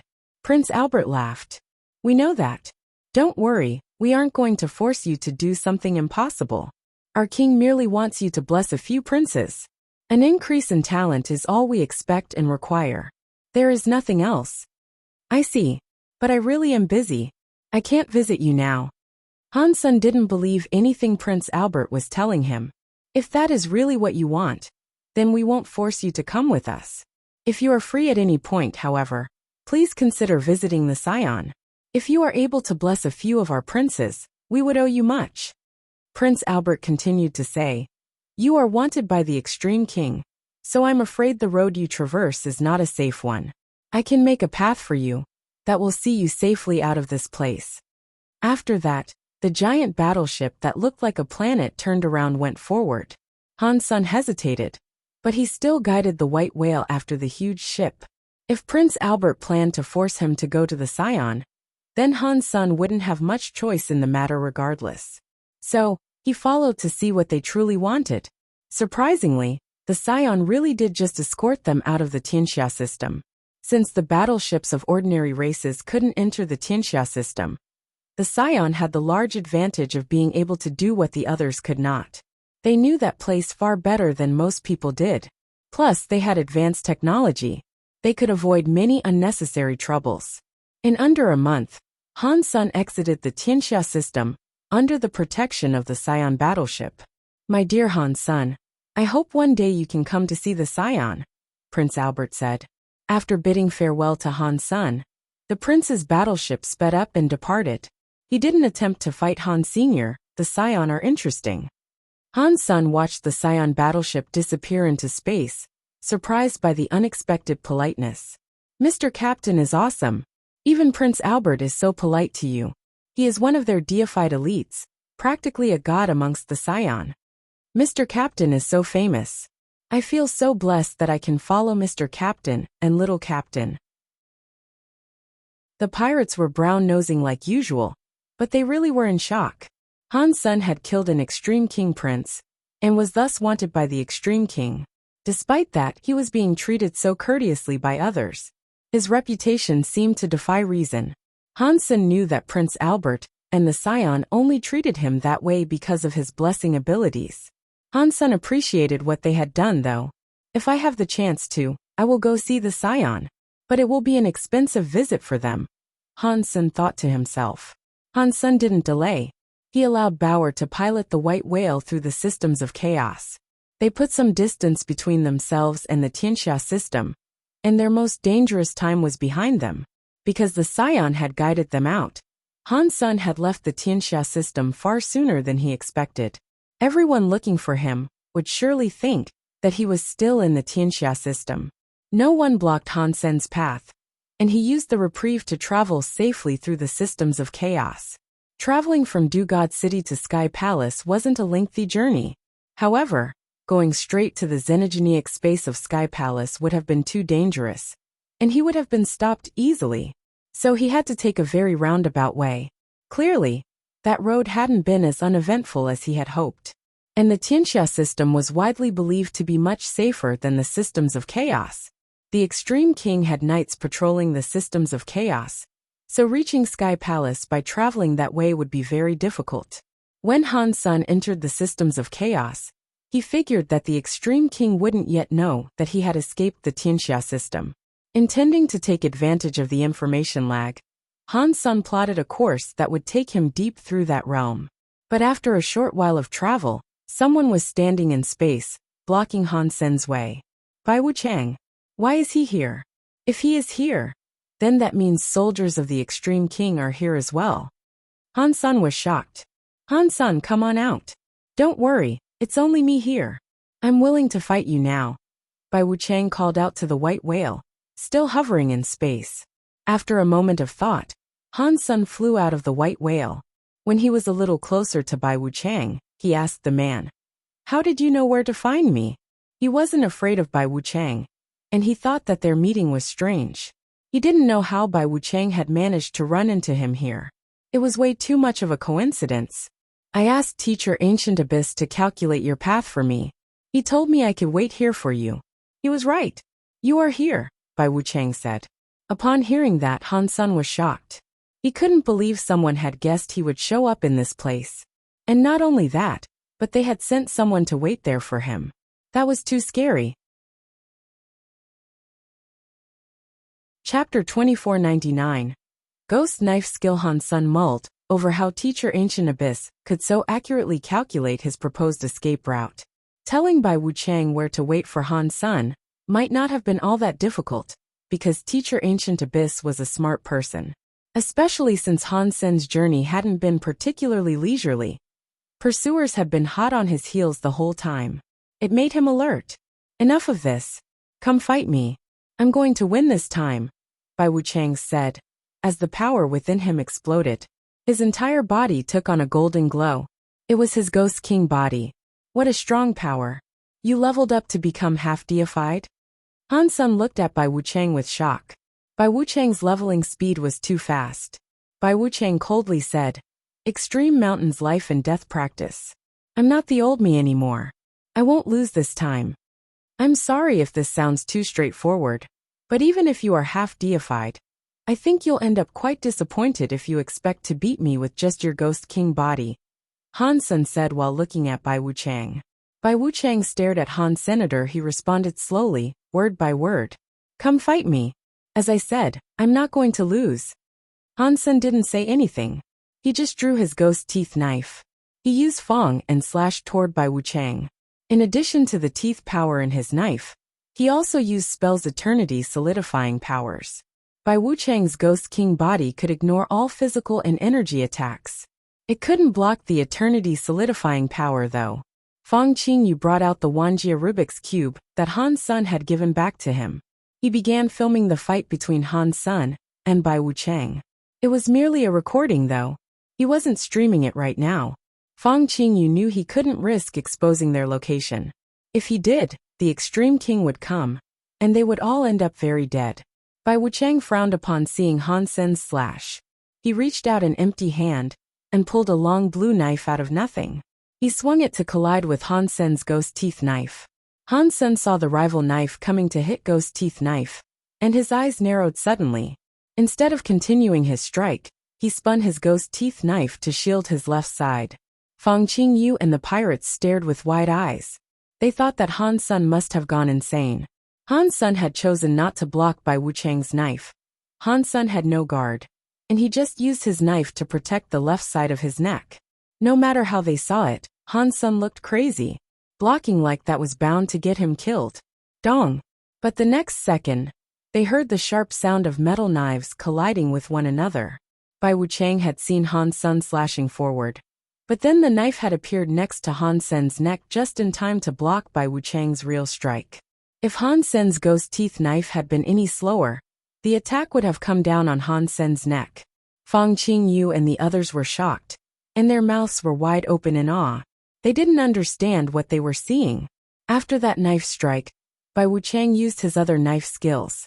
His long knife was so weird, and it was pointless to follow the trail of the knife. Every time a strike was unleashed, it would appear in a different place. It was like the knife could teleport through space. Fang Qingyu wasn't fast enough to follow what was going on. He had to film it all for now, so they could slow it down later. But he still didn't understand what Bai Wuchang's knife skills were. His knife could appear out of space anywhere. There was no sign of it coming, which made it scarier than a ghost. It was like the Reaper's scythe. It harvested lives before its prey even knew it was coming. Fang Qingyu slowed down the video, then he slowed it down again, and again and again. But still, he couldn't determine how Bai Wuchang was using his long knife. The more shocking thing, though, was that Han Sen was able to block all of Bai Wuchang's attacks. Wherever Bai Wuchang's knife appeared, Han Sen's ghost teeth knife could show up in the same place to counter the blow. If Bai Wuchang's knife skills were an unpredictable ghost, then Han Sen's knife skills were those of a god that knew everything. Bai Wuchang's body kept appearing and disappearing. He was a raging storm against the wave-breaking Han Senator. His knife flashed everywhere, defying logic and reason. Han Sen was hovering in space. He used his ghost teeth knife to block left and right. He moved smoothly, somehow perfectly anticipating and intercepting his enemy's non-knife. He was like a god that knew everything. Those weird knife skills didn't rattle him at all. Mr. Captain is too strong. If that was me, my head would have been off a long time ago. I wouldn't even have known how I died. Mr. Captain is like some omniscient god. How does he predict where that knife will show up? He looks like a prophet out there. He is too strong. This extreme King Prince Bai Wuchang, who is oh so professional and talented, is lame when compared to Han Senator. He cannot fight the big captain. Long live Mr. Captain, and let us wish little Captain a long life too. Long life. Long life. The pirate, seeing Bauer stare at him, immediately added her praise. Through all of this, though, Bai Wuchang was demonstrating a truly shocking amount of improvement. When he was in Extreme Mountain, risking his life, he had pushed his Ghost King body to the max. He had broken through under his own power, and learned the real ghost knife skills. Those ghost knife skills could go through the underworld as easily as they did the real world.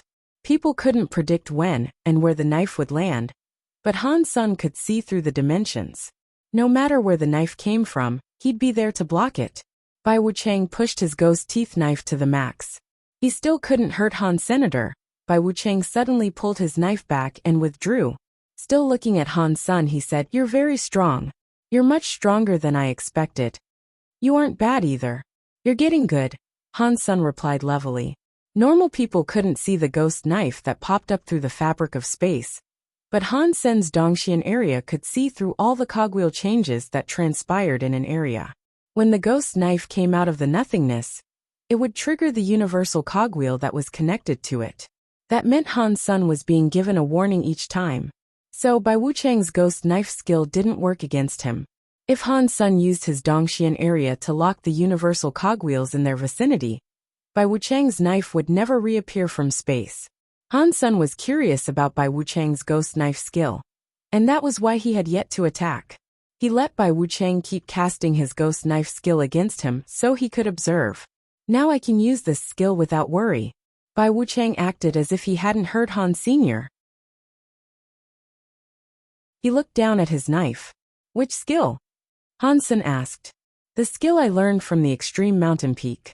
It is the one that can determine life or death," Bai Wuchang said slowly. His eyes looked like they were on fire. A weird power rose in him and his knife. Chapter 2500. Big Universe Extreme Dead God Light. The fact that you studied on Extreme Mountain is none of my business, Han Sen thought.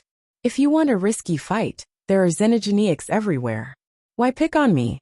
I killed that worthless Bai Yi, and now the Extreme King want me dead.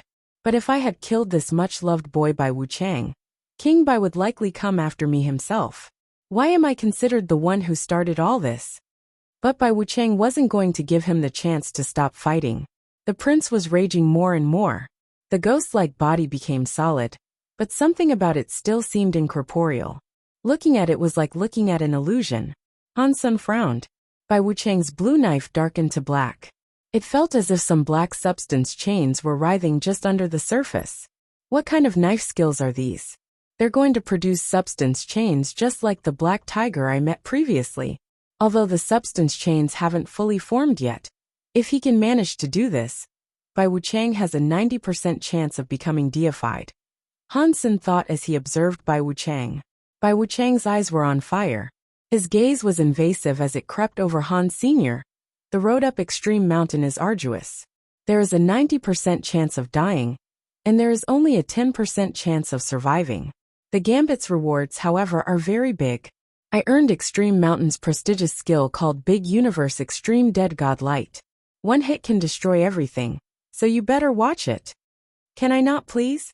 Han Sen asked, looking frustrated. No.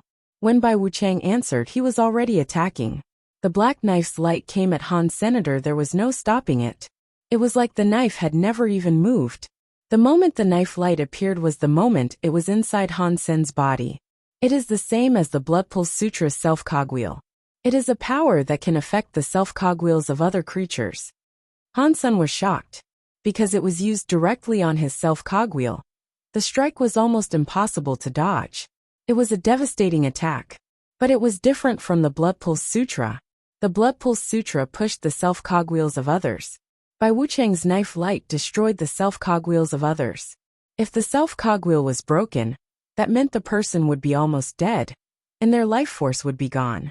Dodging that blow wouldn't be difficult if he was farther away from Bai Wuchang. As the distance between them increased, the effect on Han Sen's self-cogwheel would be weakened. That meant the strike would be weaker. But Han Sen hadn't known Bai Wuchang could unleash a strike such as this. He was too close to Bai Wuchang. It was too late to dodge now, so he had no choice but to accept that hit. A power inside Han Sen's body moved. A self-cogwheel was spinning. That cogwheel was flashing with a weird symbol. It was the story of Jin's self-cogwheel. Bai Wuchang's black knife light went into him and struck his self-cogwheel, but it was unable to move Han Sen's self-cogwheel. The black knife hit the self-cogwheel and broke. It shattered into chunks of a black substance, then dissolved. It looks like your skill is nothing substantial, Han Sen said to Bai Wuchang, who looked frozen. No, impossible. Bai Wuchang stared at Han Sen in disbelief. Han Sen was at the perfect distance for him to use his Big Universe Extreme Dead God Light. At this distance, Bai Wuchang believed that he could eliminate any being in the universe that was beneath the deified level. Even killing a half-deified would die as easy as chopping the head off a chicken. Both would die in one hit. But Han Sen had been hit by the strongest unleashing of his Big Universe Extreme Dead God Light, and nothing had happened. Bai Wuchang could scarcely believe it. Although Bai Wuchang couldn't see self-cogwheels, he knew that the Big Universe Extreme Dead God Light was a very mysterious and scary power. It ignored all types of defenses to kill the life force directly. Han Sen simply wasn't affected by the Big Universe Extreme Dead God Light. As Bai Wuchang stared at Han Sen's motionless form, he stopped swinging. He just gripped his knife, unsure of what to do. Do you want to keep going? Han Sen asked, looking at Bai Wuchang. I lose, but next time. Before Bai Wuchang could finish, Han Sen interrupted violently. Next time, my fucking ass. Han Sen jumped forward. He leaped in front of Bai Wuchang and punched him square in the face. A scary power caved in Bai Wuchang's entire skull. Blood squelched from the mashed-in face and around Han Sen's fist. Bai Wuchang was sent flying. Han Sen followed after the soaring victim. His fists and legs were like a storm, raining down blows on Bai Wuchang. Han Sen was enraged, and there was no stopping him now. Bai Wuchang's flesh tore and his bones shattered under the assault. He couldn't even fight back as Han Sen beat his body to a pulp. You're a crazy madman. You think you're so strong, don't you? You think you can do anything you want just because you're King Bai's son. Han Sen kept speaking as he punched. His fists kept landing on Bai Wuchang's face, utterly annihilating his skull. The man's eyeballs were squashed, and his nose was reversed into what was left of his face. Han Sen was still so angry, He kept punching like mad, breaking all of the other man's bones. Bai Wuchang screamed until he could scream no longer. Fang Qingyu and the pirates were all frozen. That was King Bai's favorite son. Han Sun had killed Bai Yi, which led to a universal APB being put on him. If he killed Bai Wuchang, King Bai would come after him personally. Bai Wuchang's ghost king body, his ghost knife skills, and his big universe extreme dead god light were so strong. But he was too focused on power. His techniques, his strength, and his timing with areas were shoddy. He was able to destroy enemies that couldn't defeat his powers. But if he met someone as strong as him, he would end up getting crushed. Han Sun grabbed Bai Wuchang and lifted him like a sack of wet mud. He carried the man back to the white whale. Han Sun tossed him down, and blood sprayed everywhere when the Extreme King Prince hit the floor in a boneless heap.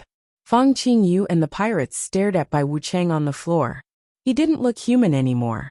If not for his ghost king body, he would have been killed. All of the pirates were thinking, he could have offended anyone but this guy. I can't believe he even beat up King Bai's favorite son so badly. There's no one he wouldn't dare to punch. Lock him up. Take him as a hostage. If the Extreme King people still dare come for us, I will cut his head off. Han Sen's face was as hard as granite. Rage still boiled through Han Senator. He had met many fighting maniacs in his time, like Lone Bamboo. But even Lone Bamboo had his limits. This Bai Wuchang, however, was all about killing. He didn't have a reason, and he didn't need one. It was all about killing for him. Fortunately, Han Sen's self-cogwheel was as hard as it was. And he had the eternity-solidifying powers. The self-cogwheels of ordinary creatures would have been destroyed by Bai Wuchang's strike. If a person's self-cogwheel broke, then they were essentially dead. The state they were left in was worse than being a vegetable. Chapter 2501. Depressed Ice Blue Night King. Ice Blue Night King was feeling very conflicted. He never thought that bringing Han Sun to the Extreme King would be the catalyst for so much trouble. If Ice Blue Night King had a chance to do things over, he'd never have taken Han Sun away from Narrow Moon. If he could go back, he wouldn't force Han Sun to join the Extreme King. In fact, even if Han Sun had begged Ice Blue Night King and called him grandfather, he still wouldn't take Han Sun with him. He would slap Han Sun until he fell upon the ground, then order him to remain in Narrow Moon. Han Sun could stay there and bring harm to the rebate, Ice Blue Night King believed. Wherever Han Sun went, he brought trouble and turmoil with him. But it was a shame there were no do-overs in the world. So now, Ice Blue Night King had a massive headache pounding against his temples. What happened to my brain back then, when I forced him out of there? Ice Blue Night King just wanted to slap himself in the face. Han Sun had killed a prince. He had disguised himself as a prince.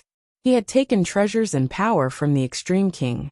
Everything Han Sun said and did made Ice Blue Night King feel as if he was plummeting into an abyss. He knew it was game over for him. He was the one that brought Han Sun to the Extreme King, and he knew it was only a matter of time before he got dragged into this affair. Even if his participation wasn't considered a crime, he was afraid that his career would never progress any further. But that wasn't the worst thing he feared. He had just received another piece of news from the Extreme King. Han Sun had broken through all the choke points that the Extreme had set up for him, traveled the length and breadth of the Tianxia system, and reached the systems of chaos. Ice Blue Night King had no idea how Han Sun had accomplished this. He was being chased by the whole universe, but he had managed to make it to the systems of chaos. That made Ice Blue Night King confused. Right now, Ice Blue Night King had received an order. He had to stop Han Sun at all costs. If Han Sun made it past him, he would no longer have to show up for work. He would never serve as an Ice Blue Knight captain again. Thinking about having to take his fellow Ice Blue Knights to stop Han Sun, Ice Blue Night King felt like there was an icy fist tightening around his stomach. Ice Blue Night King had watched the live streams of Han Sun in the Tianxia system. The systems of chaos were dangerous, but it was much easier to use technology there than in the Tianxia system. Han Sun leveling up Lando to deified class surprised him. It was like a miracle performed by God. It was pretty hard to believe. The scariest thing was that he had seen Han Sun battling on video. He wasn't sure if he would be able to stop Han Sun. Not even if he led the entire might of the Ice Blue Knights against him. He didn't think he had a snowflake's chance in hell. But an order was an order. An Ice Blue Knight King had to follow through. If he didn't, no one would be able to save him. Using the news he received from the Extreme King, and the knowledge he already had on the systems of chaos, Ice Blue Knight King took his Ice Blue Knights to intercept Han's senator. It worked. The beaten-up white whale was easy to spot. When Han Sen saw Ice Blue Knight King, he was surprised. He had intentionally avoided going close to the headquarters of the Ice Blue Knights. And still, he was intercepted. It seems that the Extreme King now know I am in the systems of chaos. I'm afraid people like Meng Lai will start showing up again soon. Han Sen thought to himself. Han Sen, if you stop and come with us to the Extreme King, things will still be all right, Ice Blue Knight said as he looked upon the battered white whale. He watched as the white whale opened its mouth and Han Sen emerged. Despite all his recent battles, Han Sen didn't look any worse for wear. His cheeks had a healthy flush and all in all, he looked quite cheery. He even had a wretched smile that would make anyone want to punch him on sight. Ice Blue Knight King. How are you doing, man? Han Sen smiled and greeted Ice Blue Knight King. Ice Blue Knight King gave Han Sen a strange look. He remembered the time when he had taken Han Sen away from Narrow Moon, and he could see how much he had changed since then. At that moment, Ice Blue Knight King wished he had never seen Han Sen's face before. Come back to the Extreme King, or I will do you harm, Ice Blue Knight King said in a hard voice. The cannons and weapons were all primed and ready to fire on Han's senator. The Knights of the Ice Blue Knights were ready. All that Ice Blue Knight King had to do was give a single command, and those knights would unleash enough firepower to blow up a planet. But facing Han Sen, Ice Blue Knight King didn't feel confident at all. So many deified beings had chased him, and yet, he had still gotten this far. He wouldn't be an easy enemy to bring down. Ice Blue Knight King, I need 10 cubic meters of cloud crystal stone. And I need 3,000 gallons of V758 Geno fluid. Han Sen suddenly began listing out items that he wanted. The Ice Blue Knights were shocked.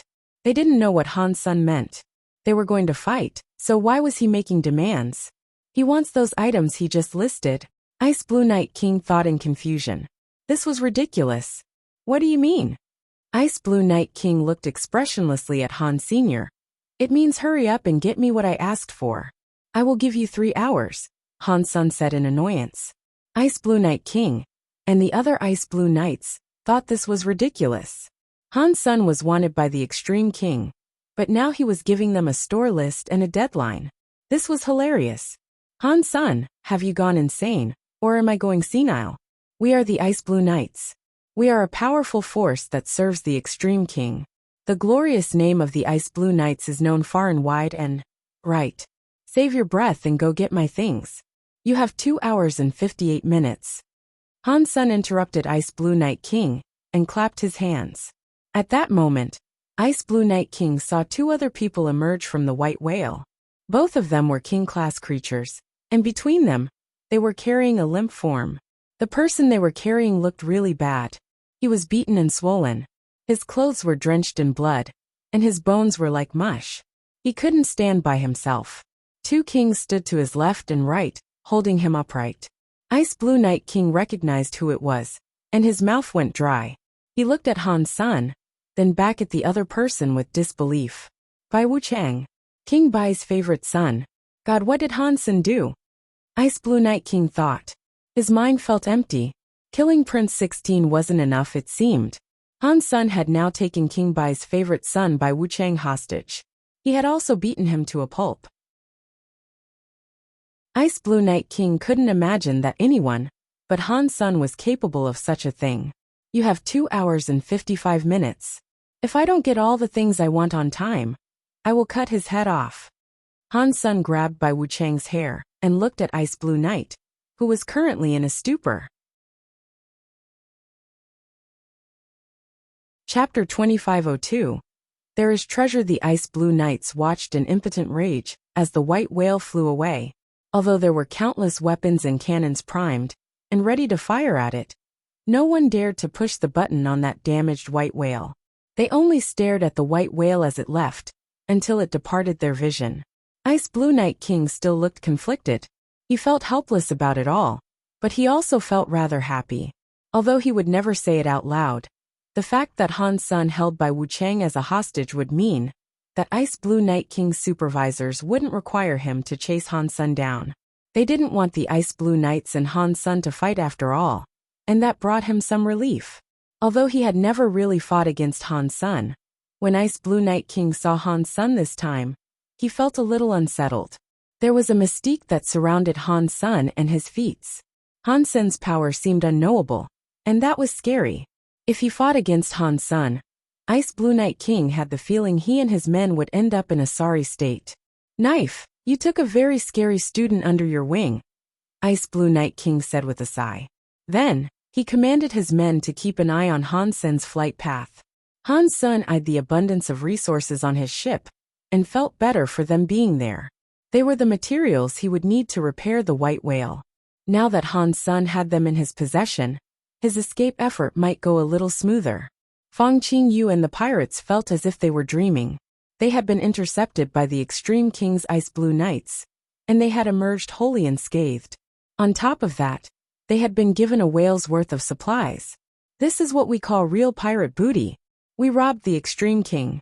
We are more daring than the real pirates, the lowly pirates thought.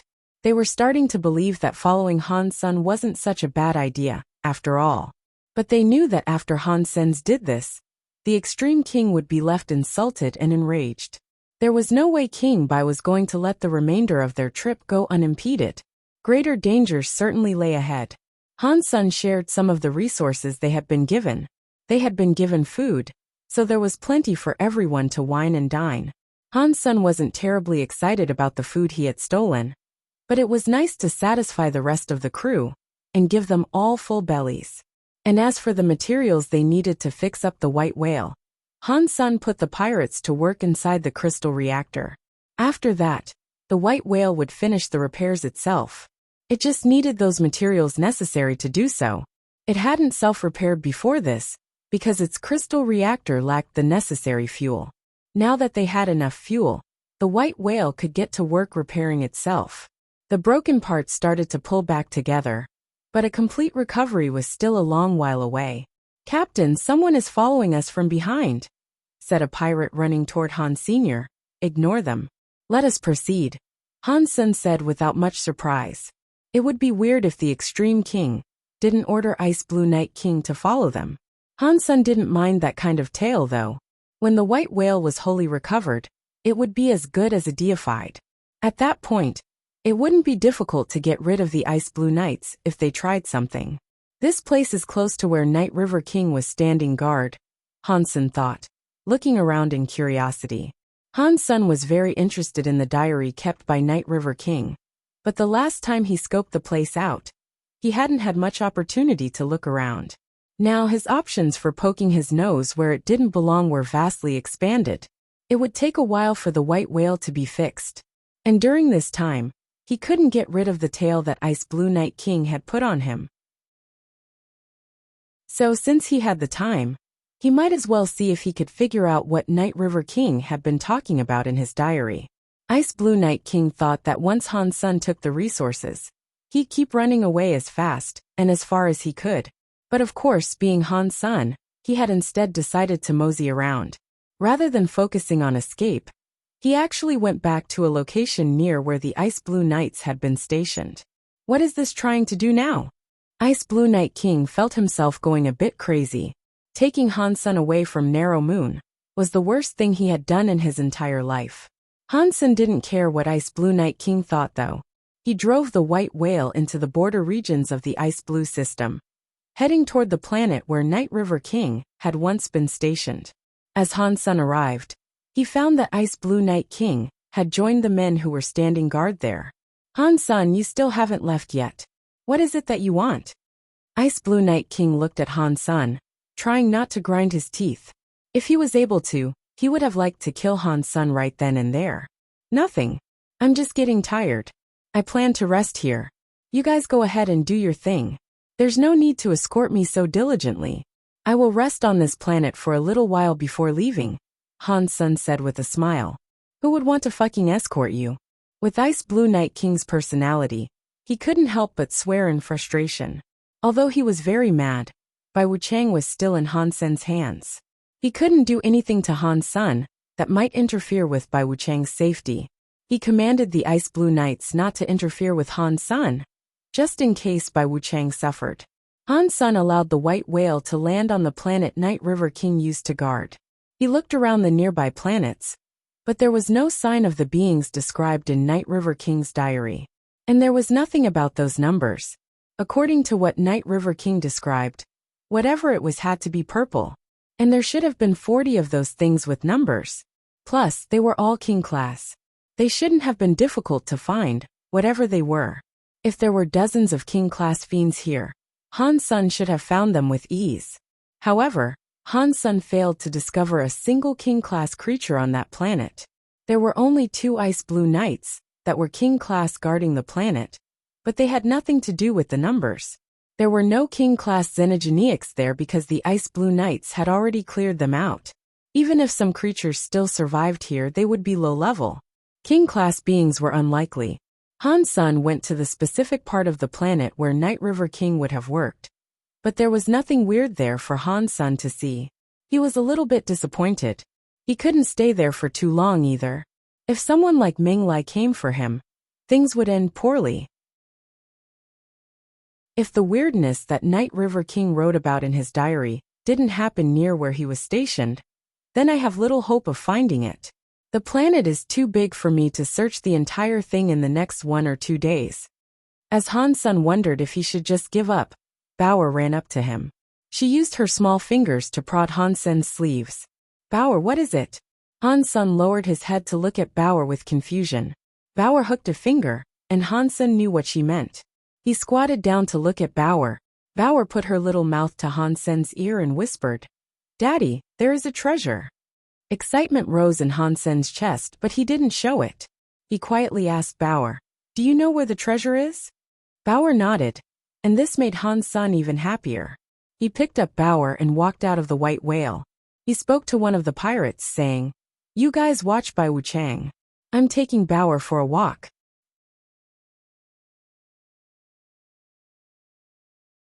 Chapter 2503, Conspiracy? The Ice Blue Knights watched Han Sen through a camera, their jaws clenched. He was like a thief who had run into their house and beaten up their son, before proceeding to steal their possessions. After his crimes, instead of running away, he had gone into the backyard for a cup of tea. Wouldn't that make anyone mad? The worst part was that, in order to preserve Bai Wuchang's life, they had to refrain from doing anything to Han Senator. They had to watch him go for a nice walk on the planet. What is he trying to do? Ice Blue Night King looked at Han Senator. He couldn't tell what Han Sen's true purpose was in coming here. Considering the inherent danger in Han Sen's situation, they all thought it would be best if he left sooner rather than later. No matter how strong Han Sen was, he couldn't compete against deified elites. If the extreme king deifieds arrived, he would be in a lot of danger. But Han Sen wasn't running. He was just bumbling around. His actions made Ice Blue Night King and the other higher-ups very uncertain. They sent a video of Han Sen to the Extreme King. The Extreme King's deified elites were very confused about his purpose there too. He didn't know why Han Sen was choosing to hang around this random planet. It was like he was just waiting there for them to grab him. A conspiracy? There must be some sort of conspiracy, Sixth Uncle said, gritting his teeth. They believed that Han Sen had some sort of plan that was about to be exposed, but they weren't sure what it was all about. Everyone thought hard about what was going on, trying to guess what Han Sen was trying to do. But there were too many possibilities. No option seemed more likely than any of the others. Let Fourth Uncle and the others go quickly to the systems of chaos. It doesn't matter what Han Sen is planning. It won't be a threat to them, King Bai said coldly. His favorite son had been taken by Han Sen, but he didn't appear too worried. He looked as if nothing had happened, and he was acting like his usual self. "Father, I beg you to let me take some people to the systems of chaos. We need to capture Han Sen and save Bai Wuchang." The Crown Prince bowed and pleaded. He and Bai Wuchang came from the same mother, so he was closer to Bai Wuchang than he was to the other royal children. He didn't make the request to save Bai Wuchang because of the bloodline connection though. As the son of the same mother, Bai Wuchang was extremely talented, and King Bai loved him. Plus, Bai Wuchang didn't want the throne. He had done a great deal to make his brother the crown prince. By pleading in this way, he would give King Bai the impression that he greatly loved his brother. And there was no reason for him not to go anyway. King Bai still coldly responded, "Our deal with the Mecca has reached a critical point. We still need you to follow up. Don't worry, fourth uncle can resolve this. And Miss Mirror is also on her way." Han Sun held Bauer as he continued walking across the planet. This planet wasn't an ideal place for creatures to live. Aside from the base, the rest of the environment was poor. Only a few xenogeneics could live in such conditions. That place was similar to a rocky moon. It was full of craters that were the result of many meteor strikes. Many of them were enormous geographical features, whereas others were as small as football fields. Asteroids near the planet were pulled down by the gravity of the planet. That was why there were always meteors striking the surface.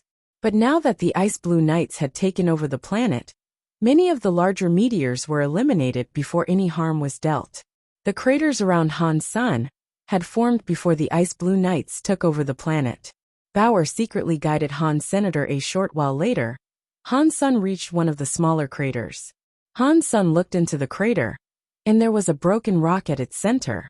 The broken rock gleamed slightly in a metallic way.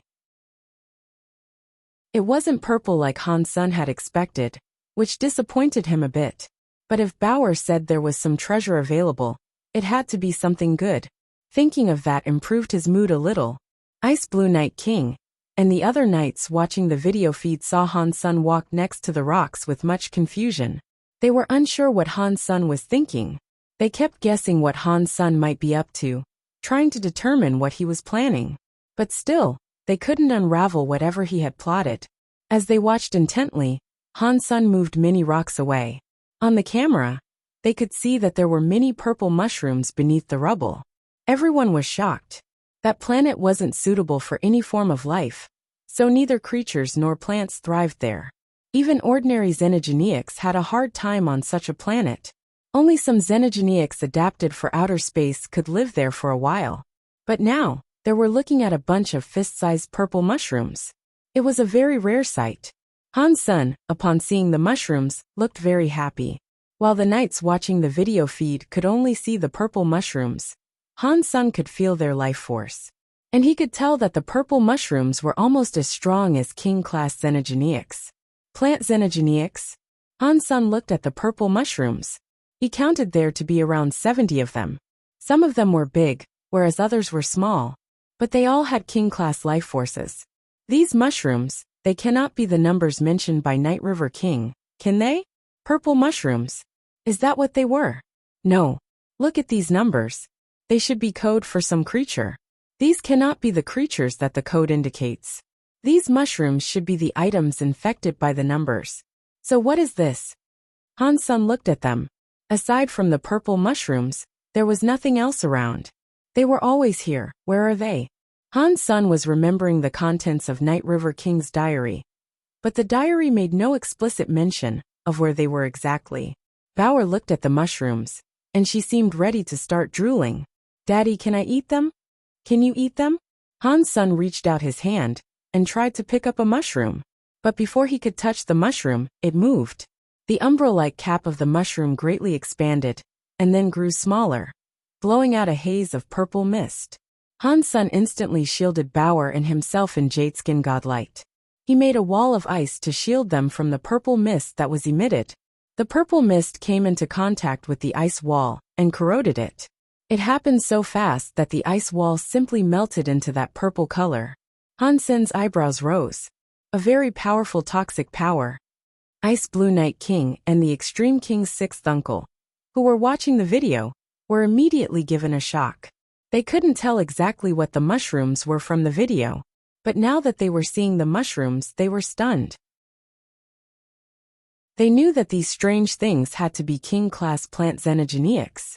The mushrooms had a very strong toxic power. If they didn't, they wouldn't have corroded Han Sun's ice light. "Bauer, do you really want to eat one of these? You must be joking." Han's son looked at the poisonous purple mushrooms and spoke to Bauer. I'm not talking about the mushrooms. I was talking about that. Bauer pointed at something next to the purple mushrooms.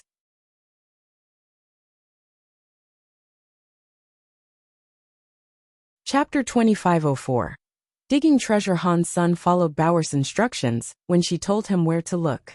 Amidst that clump of mushrooms was a small clump of grass that didn't look particularly outstanding. The grass was only 3 or 4 centimeters tall. It was very, very small, and it appeared rugged and yellow. It looked as if it had dried up and died. If Bauer hadn't pointed it out, Han's son wouldn't have noticed it. You want to eat that grass? Han's son looked at Bauer with shock. And he thought to himself, since when has Bauer changed her appetite? I thought she only ate sweets. Not the grass. There is something below it, Bauer said quietly. Below? Han's son looked at the grass and instantly realized what she meant. The grass was probably similar to the greens of a carrot. The root of the plant was the useful part. Han's son stopped hesitating and began using his ghost teeth knife to cut a path to the tiny patch of grass. He swung his knife and cut down some of the toxic purple mushrooms. King-class xenogenic plants were nothing to Han's Senator. One life, one mushroom. He even cut down apart their roots.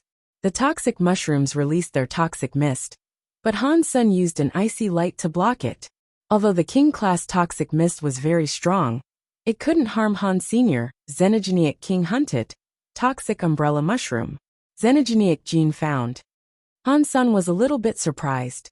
The purple mushrooms really were xenogenics, and they were king-class as well. If Night River King's Diaries coded creatures were toxic umbrella mushrooms, then that means something must have affected them. And that was why they became king-class. That might also mean they weren't originally king-class. But if this is so, what affected them? Could it be that wilted grass? Han's son thought to himself. Xenogenic king hunted. Toxic umbrella mushroom. Xenogenic gene found. Obtained toxic umbrella mushroom beast soul. Once Han's son had killed 30 of the mushrooms, he earned a king-class beast soul. That was surprising.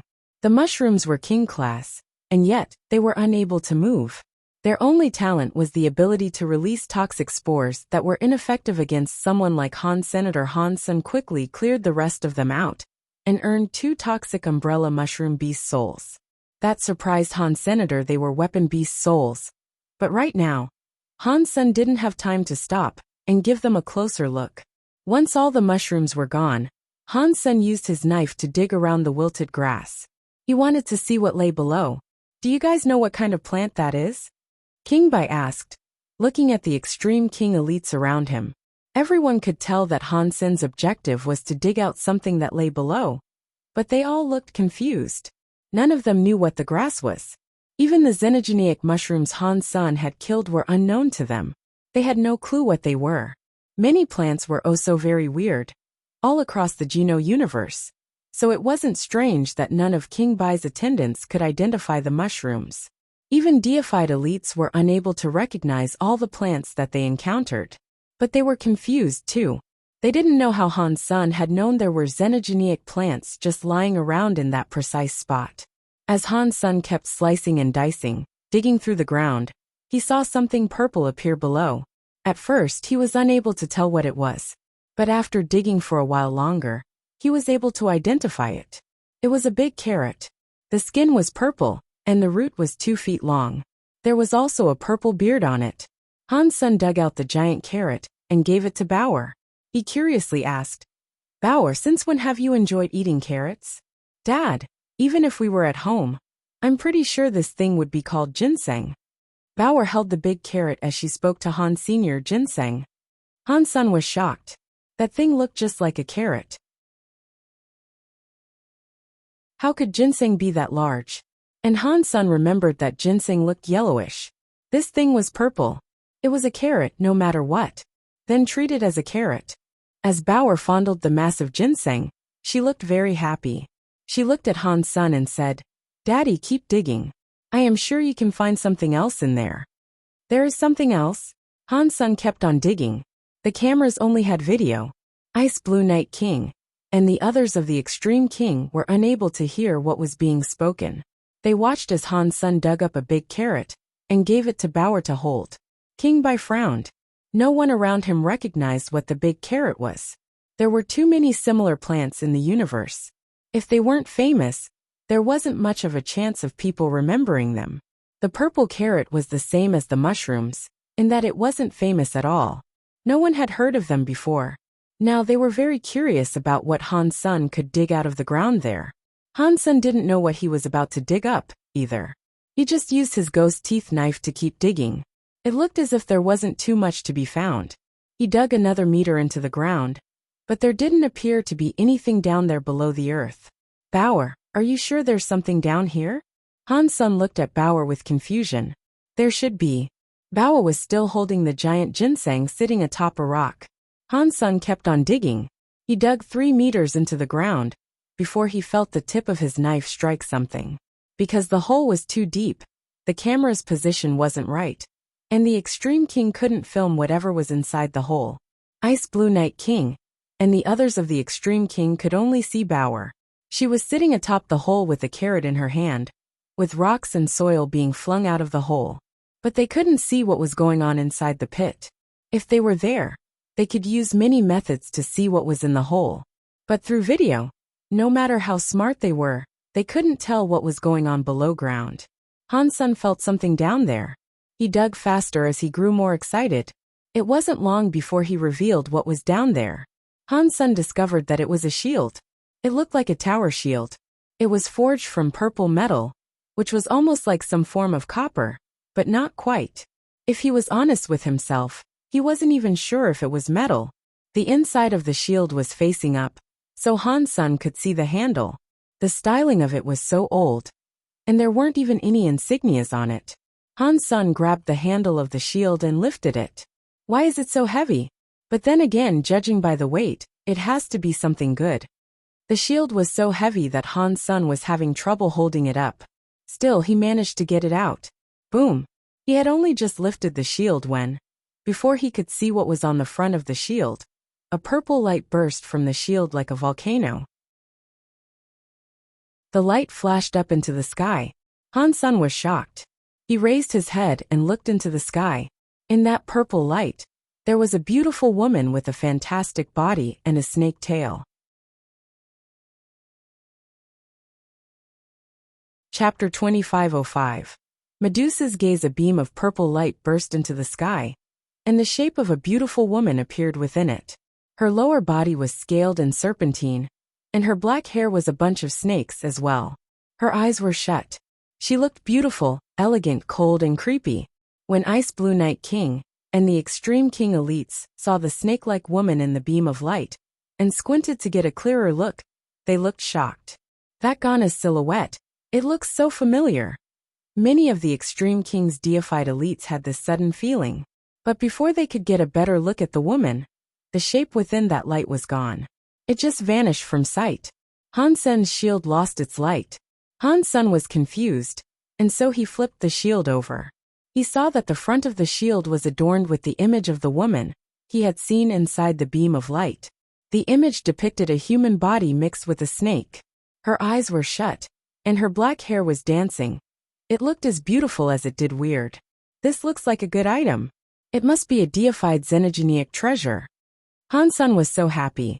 He hurried to pull the shield out of the hole. After Han Sun pulled the shield up to ground level, many of the Extreme King elites saw the purple metal shield. Their eyes all opened wide, and they stared at it in disbelief.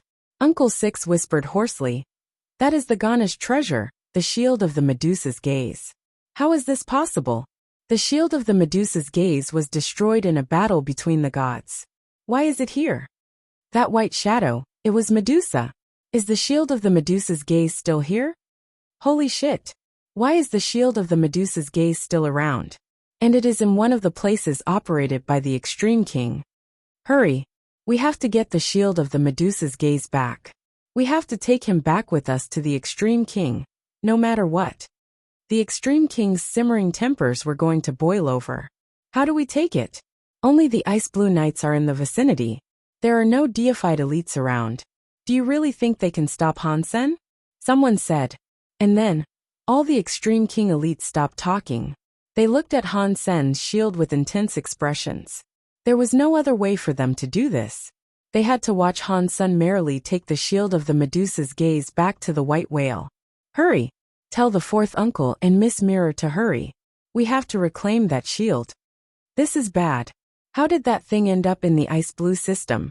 It was in our territory for all this time, and no one was able to find it. What have those ice blue knights been doing all this time? This important item was beneath their noses for all these years, and now it suddenly gets stolen? My king, I beg your permission to go to the systems of chaos. I will aid fourth uncle in killing Han Sen and claiming the shield. I am willing to go to the systems of chaos too. The systems of chaos were once a bad place that no one ever wished to go to. But now they were the place everyone wished to go to. Han Sen didn't know anything about the shield, but he was certain it was a powerful item. He put the toxic mushrooms away, picked up Bauer, and dragged the shield with him on the way back to the big white whale. Han Sen had received what he wanted, so there was no point in waiting around for anything awry to occur. Han Sen ran to the white whale, as fast as he was able to. The pirates were sitting tight, guarding the white whale. The little red bird saw them coming, and so it flew over to escort their approach. It landed atop Bauer's shoulder, hoping to nibble her big piece of ginseng. This is mine. Bauer hugged the ginseng tightly, keeping the little red bird from eating it. Han Sen didn't spare any time for the drama between those two, and so he activated his white whale. He left the ice blue systems and headed deeper into the systems of chaos. Han Sen set the shield aside. It was too heavy for him to hold easily. He had only gone a short distance with it, and he was gasping already.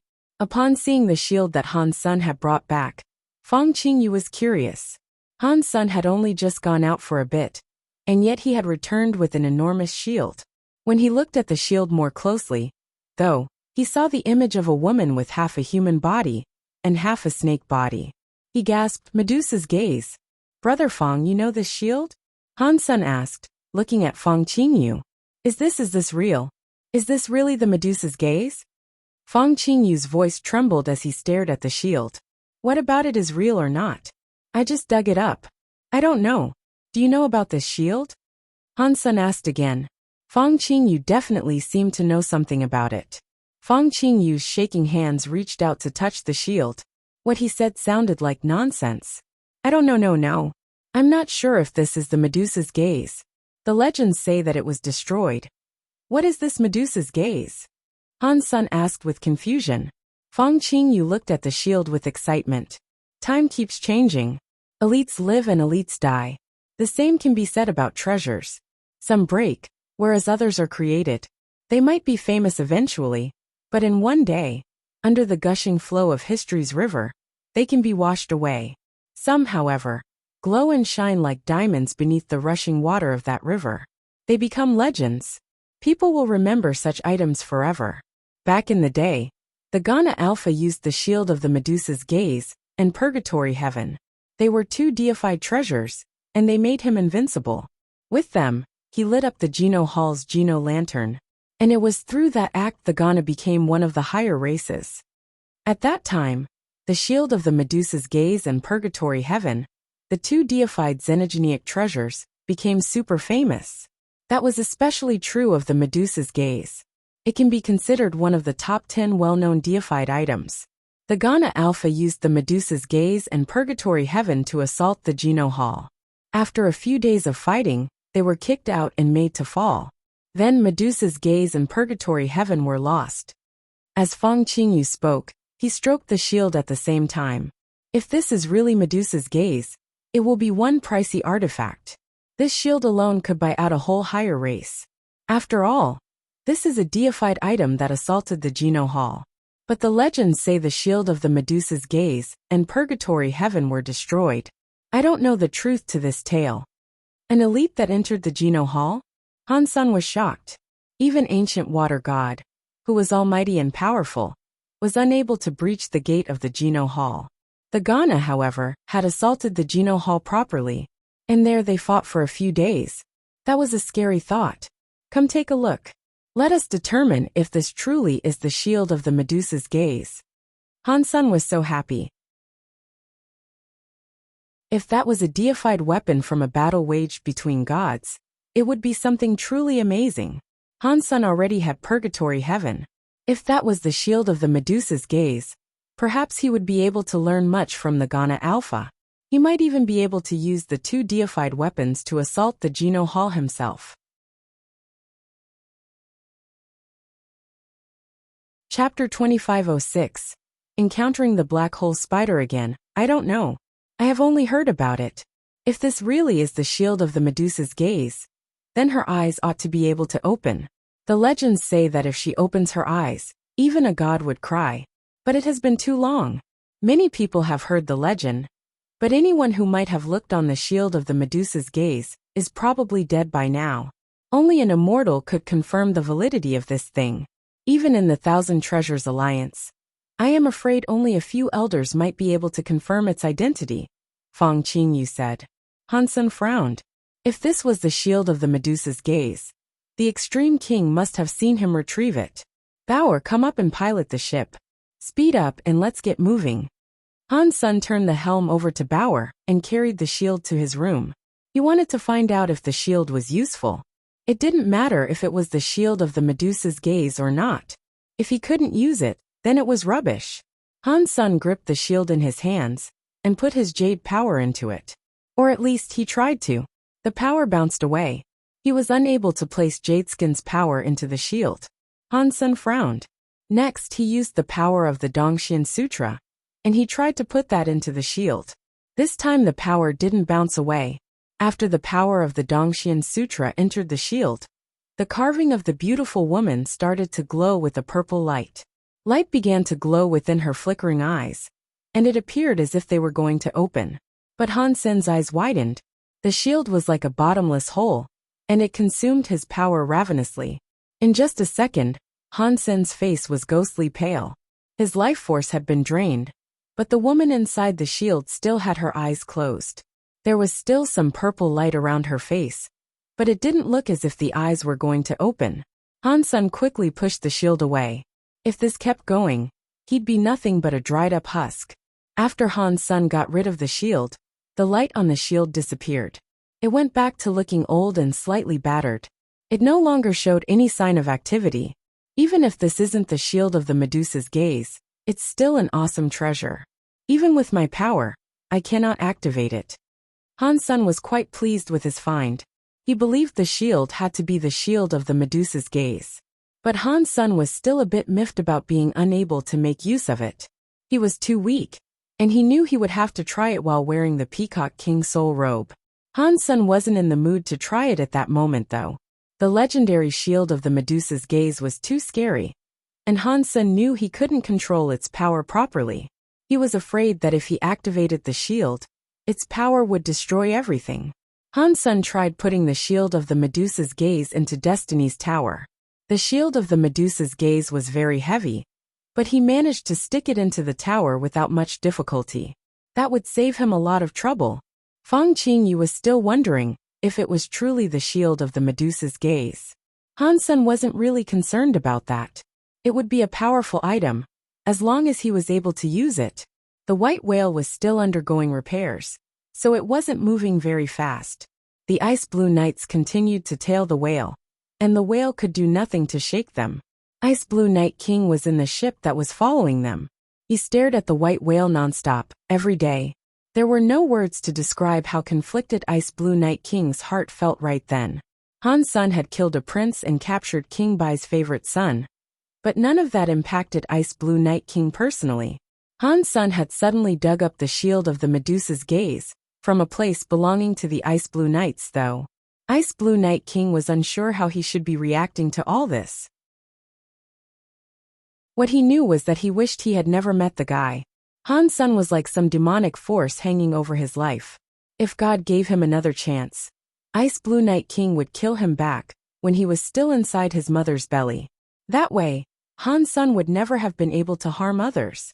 The shield of the Medusa's gaze. The shield of the Medusa's gaze was hidden beneath my nose for years. And every time Ice Blue Knight King thought of this, his heart bled. Captain, something has happened inside the white whale. A knight loudly shouted. Ice Blue Night King looked at the white whale through the video feed. He saw that the white whale looked a bit different. It was no longer a half-broken mess. Now its hull was sleek and smooth, like a living creature. Right now, the white whale was glowing with a strange white light. He could see there were some waves around the white whale. Before Ice Blue Night King could react, the white whale swung its tail. It was like a fish swimming in the sea very quickly.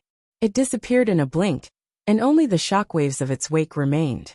The stalking Ice Blue Knights stared after it in shock. By the time they could react, the white whale was gone. "Captain, what do we do? Should we give chase?" The commander looked at Ice Blue Night King, who was still staring out into space. "Go after it," Ice Blue Night King said, gritting his teeth. "How do we pursue it?" The commander asked, looking uncertain. "Go forward," Ice Blue Night King commanded glumly. The recovery of the white whale had finished, so it could now go at full speed. There were still some parts of it that required fixing, but Han Sun couldn't wait any longer. Han Sun didn't know when Meng Lai and the others might reach him, but the further away from the hounds they got, the safer they were bound to be. Once they entered the deeper recesses of the systems of chaos, not even the Extreme King could control the situation. Even if Meng Lai was there, seeking Han Sun out wouldn't be easy. In the systems of chaos, large groups of xenogeneics often traveled together, and there was a wide variety of sorts. Fortunately, Han Sen's group had the white whale. Normal space xenogeneics were unable to breach the hull of the white whale, and the ship's speed made it easy for Han Sun to slip past them. When they encountered small xenogeneics, Han Sun would slow the white whale, so he could kill the space xenogeneics and earn xenogeneic genes. The pirates were able to kill many xenogeneics too. They were all so happy about it. With the big white whale backing them up, they didn't have to be afraid of being surrounded. They were all able to kill so merrily. Han Sun didn't want to kill marquises and dukes anymore though. If the pirates killed those, they could keep them. All he wanted were king-class xenogeneics. If they met a large horde of space xenogeneics, Han Sun would have to retreat. There were galactic shrimps out there in shoals of billions. Encountering groups of that size would be extremely dangerous. Black hole spider. The white whale moved into a system, and a giant spider attached to a planet suddenly came into view. It was like the whole system had been webbed by the giant creature. Han Sun slowed the white whale down to keep from disturbing the spider. That scary deified creature was something that not even a normal deified elite would be willing to disturb. Han Sun did not want to touch it, either. He wanted to steer clear. As the white whale was about to leave the system occupied by the black hole spider, Han Sun suddenly saw the claws of the arachnid move. The creature turned its head to look at the white whale. The black hole-like eyeballs turned to stare at them.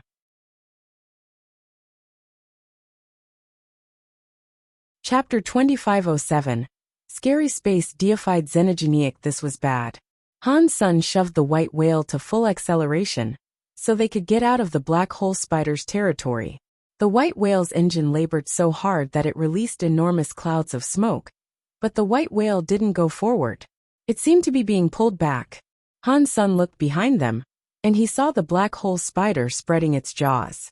Its open mouth was like a giant black hole. It formed a vortex in space that sucked the white whale toward its gaping maw. "We are going to die. Who is going to save me? I don't want to die. I'm a virgin. I still haven't gotten married." Ningyu sat on the floor, holding Bauer and sobbing. All the pirates were in shock. They had heard about the black hole spider before. Even in the wild systems of chaos, the black hole spider was the top of the food chain. Han Sun pushed the white whale to the max, but the white whale was only being pulled back faster. The hull ground against the fabric of space as it was pulled backward, spawning a flurry of sparks. Pang! An unexpected asteroid suddenly slammed into the side of the white whale. The white whale began to spin. Before Han Sun had time to think, the white whale fell completely into the grip of that black hole. It spun faster and faster inside the black hole, and other small objects slammed into the white whale. Each strike made a horrible sound. The pirates rolled across the floor like a bunch of gourds. "I don't want to die." Ningyu was screaming with every breath. Han Sun moved fast. He shifted his feet as the white whale rolled around. He kept himself balanced, using the Peacock King's soul robe. He was going to release a power of his own to get them out of that space vortex. Bao was jumping nimbly around the command deck, still holding onto her big purple ginseng. That kind of shaking was unable to affect her balance. Little Red Bird stood on her shoulder. It kept looking around. Pang! Seconds later, the white whale fell out of the space vortex. It landed on a black sea, and the big sea was in massive turmoil. What is this place? Why is there a sea? Han Sun wondered. He kept looking around. That black sea was so big that it looked endless. Mist rose in all directions, so he couldn't see very far. Badong! Badong! Other things kept raining into that same sea.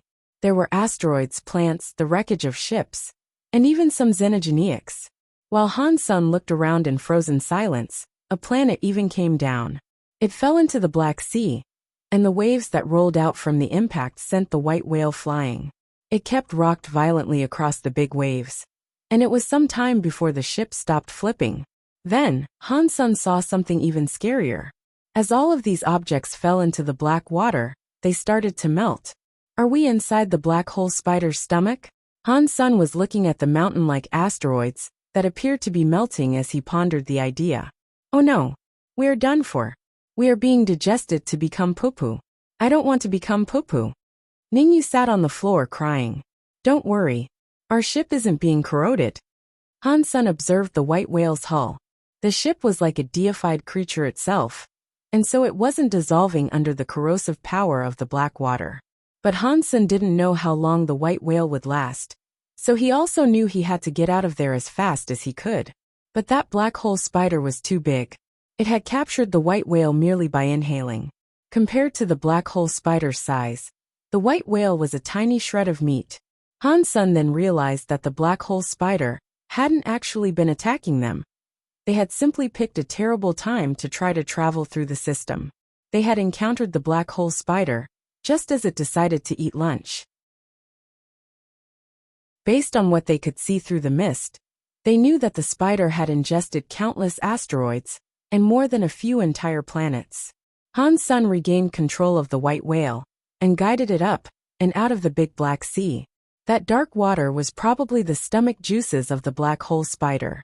Han Sun drove the white whale, all the while dodging the falling asteroids.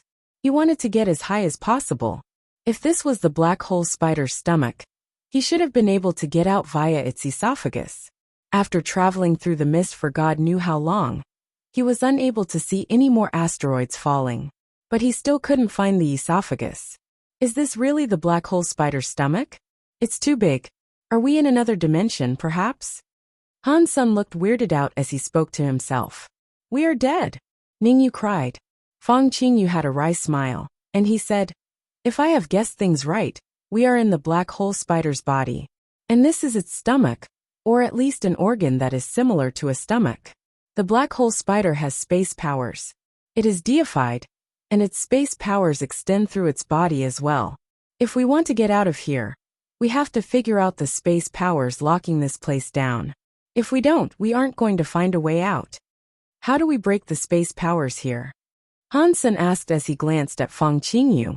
Fong Qingyu smiled wryly again, and he said, the only information I have on the black hole spider is what I've seen in the Thousand Treasures Alliance's database. I can try to guess what we are going up against, but I won't be able to break whatever it is. I hope the white whale can last a while. Otherwise, we will all be digested very soon. Han Sun didn't say anything. He peered into the mist with his purple-eye butterfly, and he noticed that the mist was made of substance chains formed of a space substance. The power of those substance chains was twisting space into a closed loop with the creature's stomach. He would be unable to fly out through ordinary means. But he had to try even if it didn't work. None of them knew if the white whale could withstand the corrosive juices and mist for long. If they couldn't get out, they were dead. Han Sun didn't turn on the white whale's weapon systems, because using those weapon systems would pull valuable power away from the energy reactor.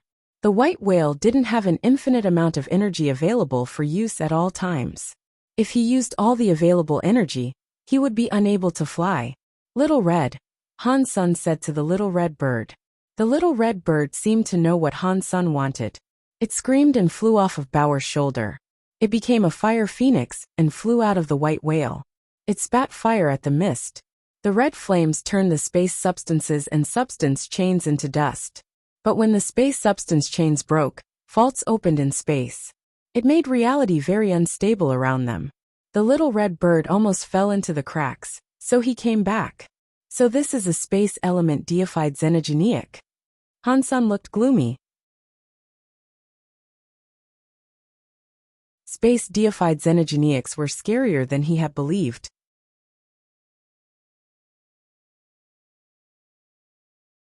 Chapter 2508. Very cute for more than 100 hours. Han-san flew the white whale forward across an endless sea cloaked in mist. Still, he couldn't find an escape route. The space powers within the creature's stomach were layered like a giant space maze. Through various space folds and faults, they couldn't find a way out. The scariest thing was that the cracks in space could do serious damage to the hull of the white whale, leaving large scratches across it despite its incredible resilience. Fortunately, Han-san had his Dongxian area and the purple-eye butterfly. He was able to avoid the space cracks. If he hadn't been able to, the white whale would have been torn apart, and they all would have died in short order. Even so, Han-san still had to face the crisis that had literally swallowed them. The silver lining in all this, however, was the fact that the white whale was repairing itself more quickly than the corrosion was eating it away. Still, the ship's recovery processes cost material and energy. If the energy was depleted, then death was the only thing that awaited them.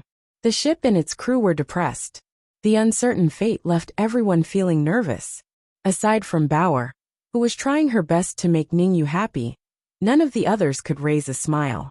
Han-san was under a lot of pressure to resolve this. He wasn't worried about his safety, as he could always hop back to the sanctuaries. But if he did that, Ningyu and Fang Qingyu would be left to die. Brother Fang, can you call the treasure identifier elder? Can you see if he can help us? Han-san asked Fang Qingyu hopefully. Fang Qingyu pulled out his Wuxia Rubik's Cube. The Rubik's Cube squares were all gray and lifeless. It wasn't picking up any signals.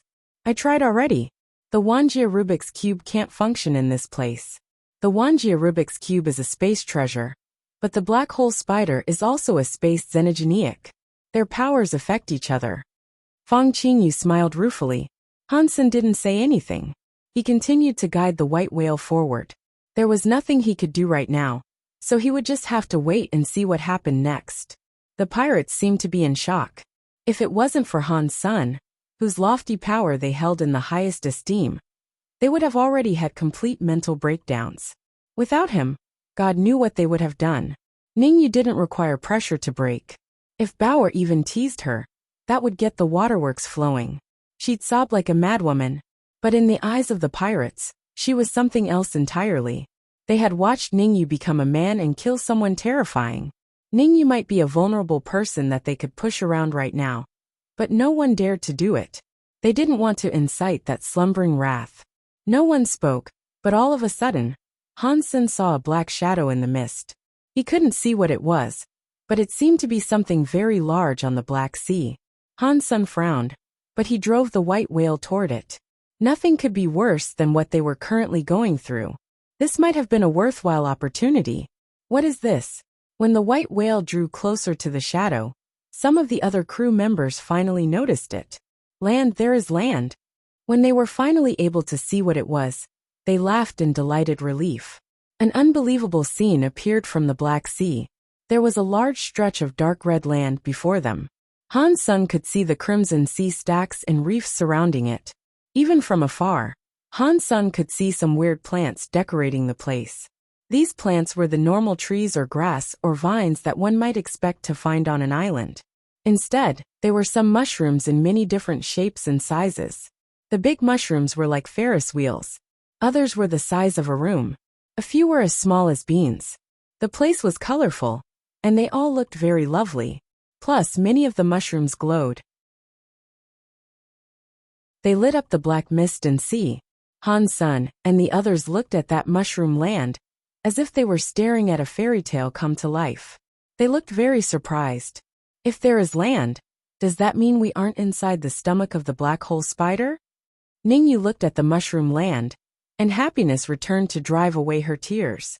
Han Sen wasn't quite as cheery though. He had seen many xenogenic bodies that featured landmasses and palaces. The black hole spider was so huge, having a landmass inside it was not too surprising. No matter what, if that land had plants, then it was suitable for life. Plus, the mist didn't seem to obscure the mushroom land. That would at least keep the white whale's hull from being further corroded. This was a good thing. As he flew the white whale to the land of mushrooms, Han Sen wasn't in a hurry to land. First, he flew around the mushroom landmass. As he circled it, his eyebrows furrowed. The land of mushrooms was very pretty, and the mushrooms covered it in rainbows and splashes of color. But aside from the mushrooms, there was nothing else around. There weren't any xenogenics, and there weren't any other types of plants. There were only mushrooms. From Han Sen's prior experiences, the prettier a mushroom was, the more poisonous it was. Those mushrooms were extraordinarily pretty, so he imagined they were also extremely deadly. What is that? Fang Qingyu asked, pointing at the forest of mushrooms. Han Sen looked to where he was pointing, and he saw that inside the mushroom forest was a stone mountain. The stone mountain was very circular, and it was shaped something like a bun. Next to the small mountain, a small ship was parked. It looked old and broken, so there was no way of knowing who it belonged to. Creatures are living here, the pirates said excitedly. Han Sen drove the white whale closer to the downed battleship. Before they got any nearer, though, a door opened and a creature climbed out. When Han Sen saw the creature, he felt his eyes open wide. He had seen many strange people in his time, but that creature that had just come out of the ship looked odd, even to him. The creature was snow white, and its body was 2 meters tall. It was like an angry tiger, but there was a little pink mushroom glowing on its head. It made the tiger's angry face look rather cute. What a cute little tiger. Ningyu looked at the tiger and clutched her chest. Her eyes were full of stars. The white tiger with the little pink mushroom on its head looked at the white whale in the sky. It opened its mouth, walked around, and then let loose a loud meow. Han Sen and the others all swapped glances. Ningyu in particular looked as if she was melting. She looked at the white tiger through the white whale's screen and passionately said, "It's so cute." Boom! Before anyone could say anything more, the white tiger jumped, landing on the white whale's back. The white whale suddenly lurched. An enormous dent formed in the spine of the white whale, and it was pushed down into the canopy of mushrooms.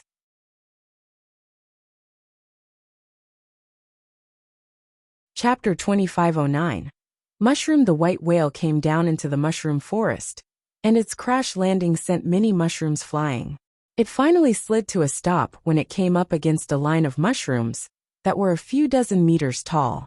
But the mushrooms they did break, releasing a rainbow-colored mist. When Han Sen and the others looked closer, they could see a nearly infinite abundance of rainbow-colored spores forming the foggy veil. The little red bird was angered. It flew straight out of the white whale's mouth and flared into its fire phoenix form. Its scary phoenix fire immediately turned the area into a burning hellscape. Many of the mushroom spores were burned to ash, and the white tiger that had assaulted them was surrounded in flames. The white tiger jumped to escape the blazing inferno.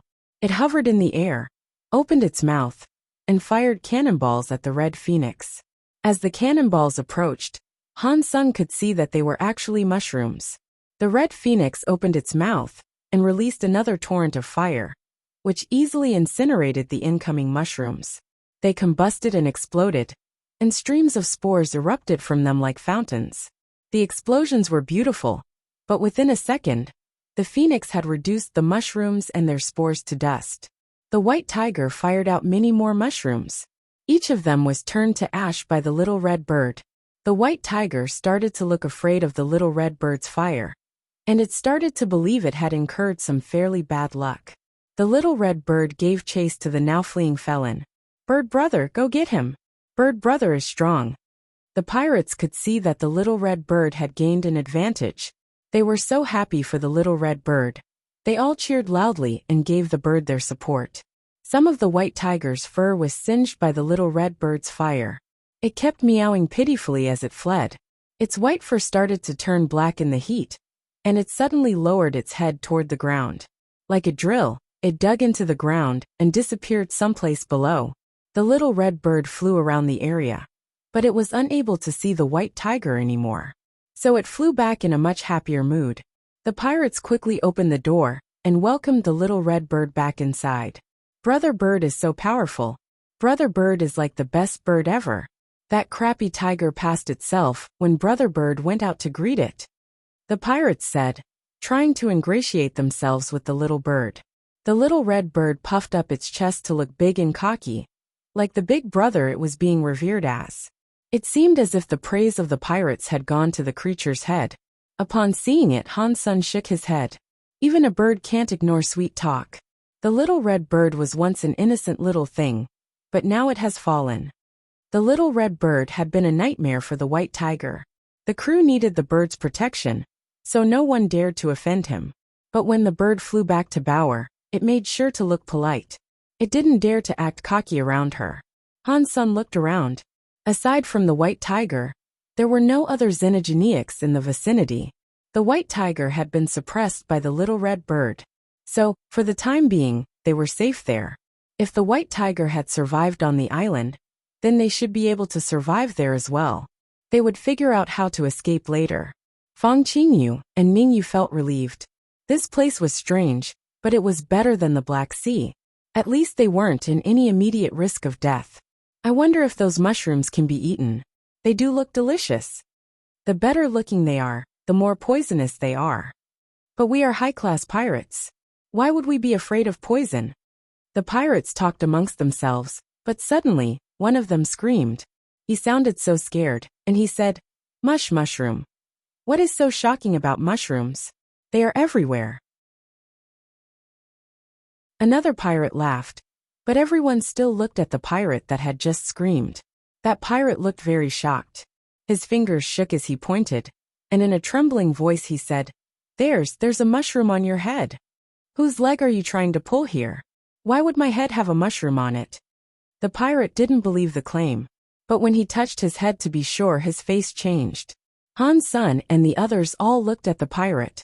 His head had a mushroom. It was a white mushroom that looked like an egg. My head has a mushroom. That pirate touched his mushroom and screamed. What are you afraid of? Maybe Brother Bird accidentally dropped it onto your head.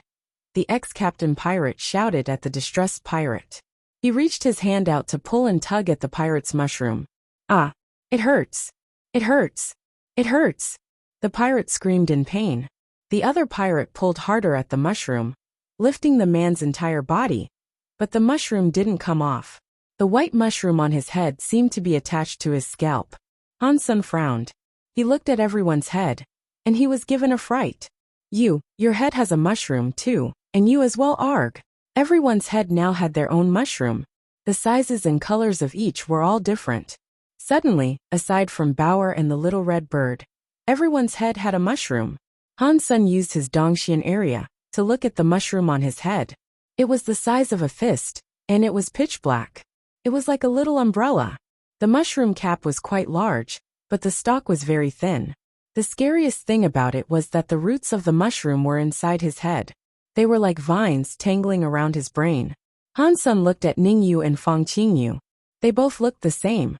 Ningyu's head had a fat pink and white capped mushroom. Fang Qingyu's head had a rainbow polka dot mushroom. The pirates all had different mushrooms too. But when Han's son looked at them all with his Dongxian area, the mushrooms were attached to all of their brains. Arg! What the hell are these mushrooms? A pirate tried cutting off his mushroom with a knife. He barely managed to pierce the skin of the mushroom. And even that was so painful that it had him rolling around on the floor. I don't want to be a mushroom man. Ningyu looked into a mirror. Seeing she had a mushroom, she couldn't help but weep. Bauer tried to bring her comfort by saying, Little Miss Ningyu, your mushroom looks quite nice. You could join a mushroom beauty contest for sure. I don't want to be a mushroom man. I don't want to join mushroom competitions. Ningyu cried. Han's son tried to pull his mushroom, and when he did, his expression changed. When the mushroom was moved, it was like he was tugging his brain. His will was strong, but it still felt incredibly painful. He almost screamed and his face turned all pale. Brother Fang, do you know what this is? Han Sun asked Fang Qingyu. Fang Qingyu's face turned white. He tried pulling his own mushroom, but he looked bitter. He shook his head and said, I honestly don't know what this is. I've never seen anything like this before. There are many xenogenic parasite mushrooms in this world, but their spores are always breathed into the lungs to enact their parasitic mischief. I've never heard of mushrooms attaching themselves to people's heads.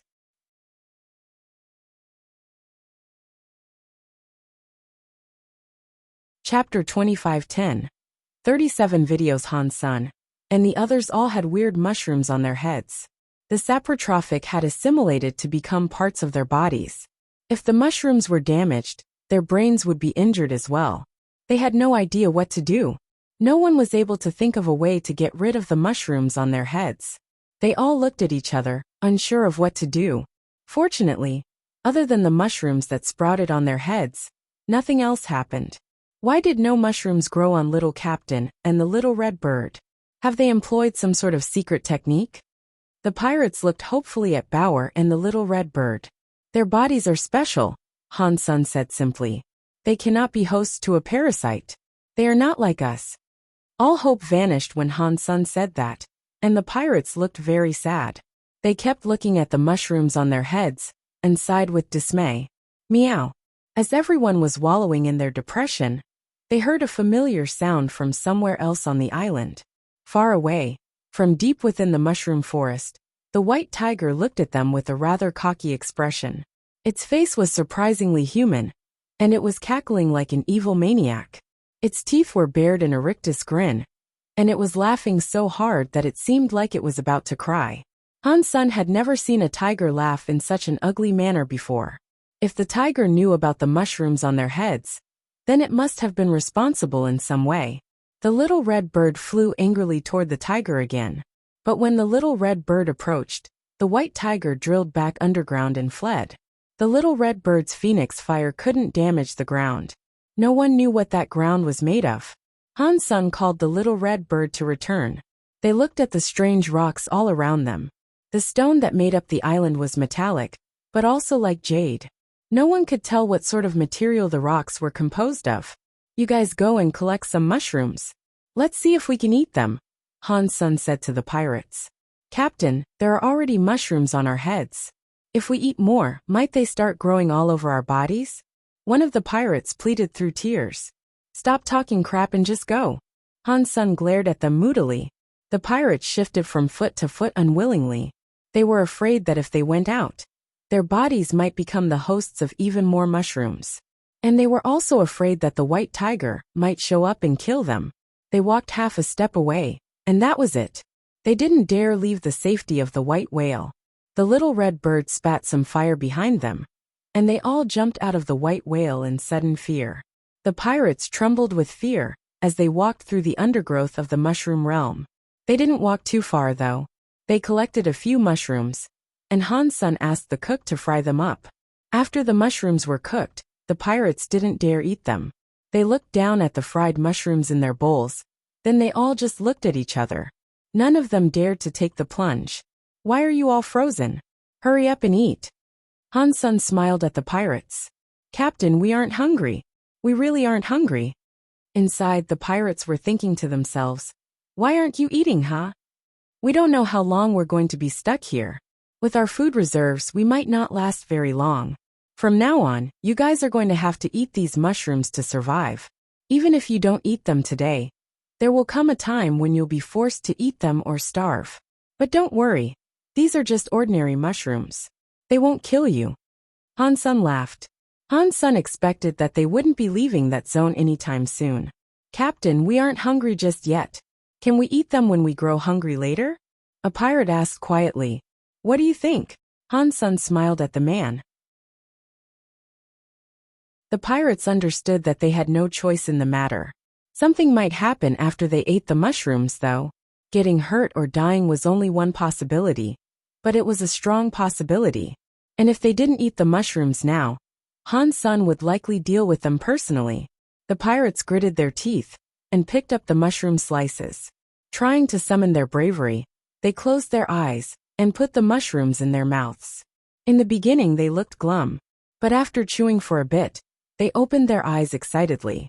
"Captain, this is so good. They are actually very fresh." A short while later, one of the pirates exclaimed his delight. Nothing bad happened after they ate the mushrooms either. No more mushrooms sprouted upon their bodies. There was just that one mushroom still attached to each of their heads. "Slow down. Don't eat so quickly. I'm afraid you will be eating these mushrooms for a long time to come," Han Sen said sternly. He already knew the mushrooms weren't poisonous. If he hadn't been certain that the mushrooms were harmless, he wouldn't have permitted the pirates to eat them. The mushrooms on their heads hadn't appeared because of the mushrooms on the ground. They had come from the mushrooms that the white tiger had spat out. The spores inside of those mushroom attacks were the reason why Han Sen's crew had developed the mushrooms. It was obviously the white tiger's power, although Han Sen wasn't sure what eventual effects the mushrooms on their heads might have. The white tiger kept appearing now and again. It would growl at Han Sen to try to provoke him. It was probably afraid of the little red bird, because it didn't come near the white whale. Han Sen left the white whale and went to the broken ship that the white tiger had exited from. That battleship was very old, and the interior was very rusted. The things that were made of wood were all covered in mushrooms. Nothing else was alive on the ship. Han Sen discovered torn bits of clothing of some kind, and the battleship was broken pretty badly. Judging from the damage, it might very well have been the white tiger's work. Han Sen went to the battleship's command deck. Fortunately, the black box wasn't completely destroyed. He brought it back to the white whale with him and tried to replay the video content. It did not take long for Han Sen to be disappointed. Although the discs looked fine, they must have been electrified at some point, or maybe they just sat in that ship too long to be functional. None of the discs would play, and the white whale couldn't repair them. Han Sen tried every single disc, but not a single one would work. Han Sen had also found a very old communicator. He pulled out the memory card, and luckily, the white whale was able to read it. Han Sen was quite happy about this. He looked at the screen on the white whale and noticed that the card possessed 37 video files. There was nothing else. The video files were labeled from 1 to 37. Those files were all connected and sequential. There were no spaces or missing files. So Han Sen opened the first video file. He watched it alone in his room, whether the content was good or bad. But he didn't want the others to know he had found these yet. "Mimi, come to Mama." As soon as Han Sen started the video, he heard a woman's voice. In the video, a white kitten was walking on shaky legs. Based on how unsteady it was, Han Sen assumed that it was a newborn, and the location in the video was the old ship's command deck. Clearly, the woman was the one holding the recorder to film the white cat. Upon hearing the woman's voice, Han Sen noticed how familiar it was. He had heard that voice somewhere.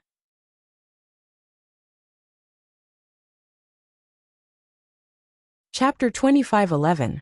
Little White Cat. The little cat was only around the size of a man's hand. It looked very cute, and its legs were pink in color.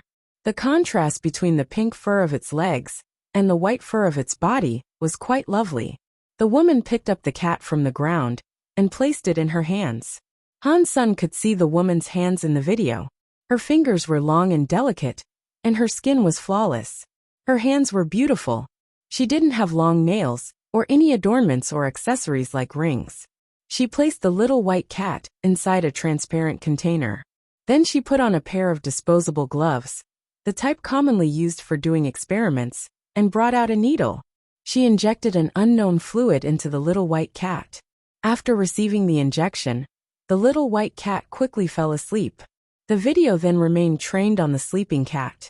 It was like the woman was just standing still, holding the camera steady. But after a while had passed, Han Sen realized that the woman couldn't have been standing there all that time. She must have put the device in a corner and left it running. Because nothing much was happening on the screen, Han Sen fast-forwarded through the video file. He noticed something shocking as the video sped forward. The sleeping white cat grew twice as big overnight. The video ended like that. Han Sen opened the second video. The image seemed to be the same. He could see the little white cat inside the transparent container. But shortly after, the little white cat woke up, and the woman wearing disposable gloves reappeared. Once again she gave the little white cat an injection. The little white cat, who had just woken back up, was put to sleep again. The woman stroked the little creature's head and said in a soothing voice, "My good child. You must make it. Mama believes in you." Injection sleep, injection sleep. This process seemed to go on forever. And in this cycle, for 7 days, the little white cat grew to the size of an adult tiger. As it grew larger, the little white cat began to look more and more familiar. Is that actually the white tiger outside? Han-sun wondered. Honestly though, he was not too surprised by the revelation. And then the cycle continued. The little white cat didn't spend much time awake. For most of the video, it slept under the influence of the injections. But its body was continuing to grow. It was now much larger than the mushroom-headed white tiger that inhabited this island. On the 23rd day, the woman discovered that the little white cat had a small and delicate mushroom on its head. Although the mushroom was just the size of a bean, the woman was surprised and said, "Kid, you made it." After that day, the white cat and the mushroom continued to grow bigger and bigger. The woman's tests also continued. On the 37th day, the white cat had become a mammoth-like beast. The container was no longer big enough to contain it. While it slept, she opened the container and stood next to the giant white cat's head. It was like she was taking a selfie. She filmed herself and the little white cat together. This was the first time Han-sun had seen the woman's face. Previously, he had only heard her voice and seen her hands and arms. When he saw the woman's face, he couldn't help but scream, "Is that her?" The woman in the video was wearing a white lab coat. She had a ponytail, and she was wearing black glasses. She was the woman that had been trapped in Two World Mountain.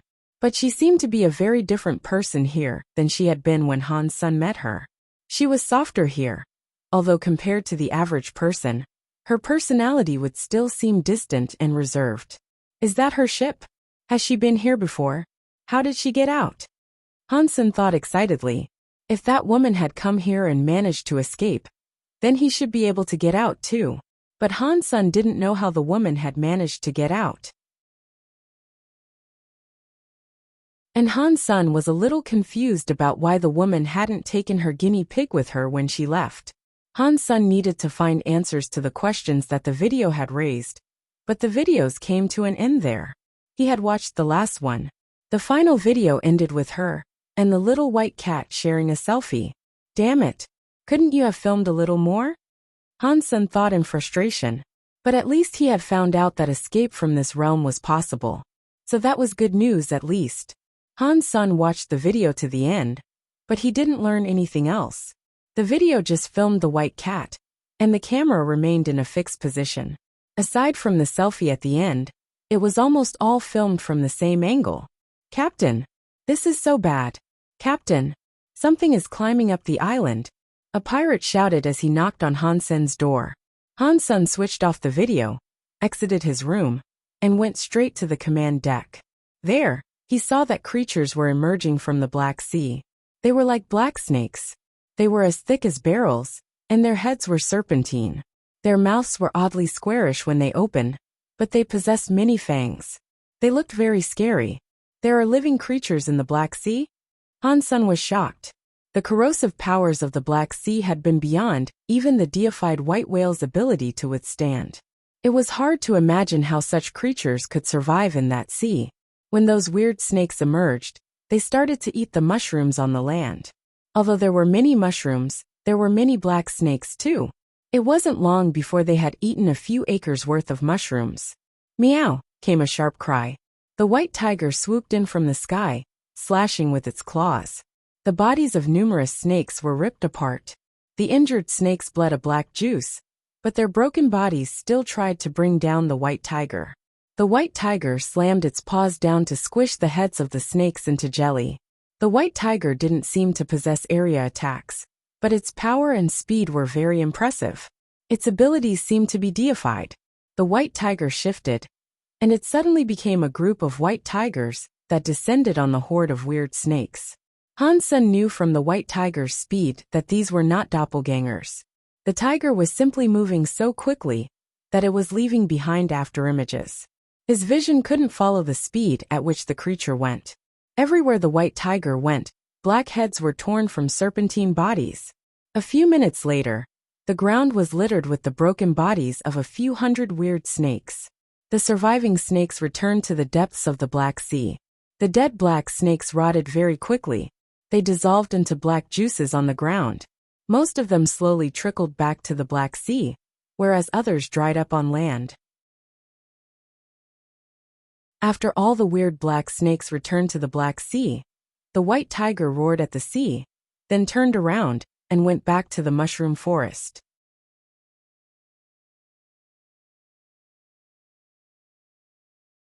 Chapter 25:12. Going to the core area again. The old battleship was the only piece of technology that Han Sen could find on the island. All other landmarks were completely natural formations. Han Sen and the others couldn't really leave the white whale. Now and again, hordes of black snakes would emerge from the Black Sea to chow down on the mushrooms. But every time that happened, the white tiger beat them back. Han Sen made many attempts to get rid of the mushrooms that were on each of their heads. All his efforts were in vain. Even if they managed to withstand the pain long enough to cut off the mushrooms, the roots were still embedded within their brains. It was only a matter of time before they grew back. And the newly grown mushrooms would be more colorful than ever. It made them want to cry. Han Sen used his original Water King body, and as his body turned into liquid, the mushroom on his head lost its grip and fell to the floor. The mushroom died quickly, and for a moment, Han Sen thought he was free. However, it wasn't long before another mushroom grew atop his head. Although the new mushroom looked the same as the old one, some instinct told Han Sen that it was actually different. When Han Sen got rid of his mushroom, he quickly entered the core area. While he was in the core area, the mushrooms did not plague him. But if he left the core area, a new mushroom would immediately rise from his head. Fortunately, aside from looking incredibly strange, the mushrooms didn't seem to be harmful. They merely sat quietly atop the heads of Han Sen and his crew. Meanwhile, Han Sen took the white whale back into the air to find a way out.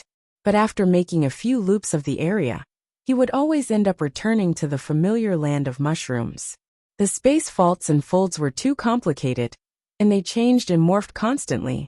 Unless the black hole spider was killed, and its space power disappeared, getting out of the beast's stomach was an unachievable dream.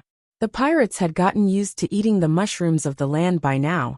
The mushrooms tasted reasonably good, but the pirates still got tired of eating them before too long. At least the different-looking mushrooms had different textures. That made the experience somewhat tolerable. And eating the different types of fungus was better than drinking tasteless nutrient solutions all the time. Han Sen and Bauer never ate those mushrooms though. Bauer kept the big ginseng with her at all times. She nibbled at it constantly. Still, despite the amount of time it had been in her possession, she had only managed to gnaw off its tip. Han Sen didn't eat much. He spent most of the time consuming king-class genes. The extreme king elites like Meng Lai were still searching for Han Sen in the systems of chaos.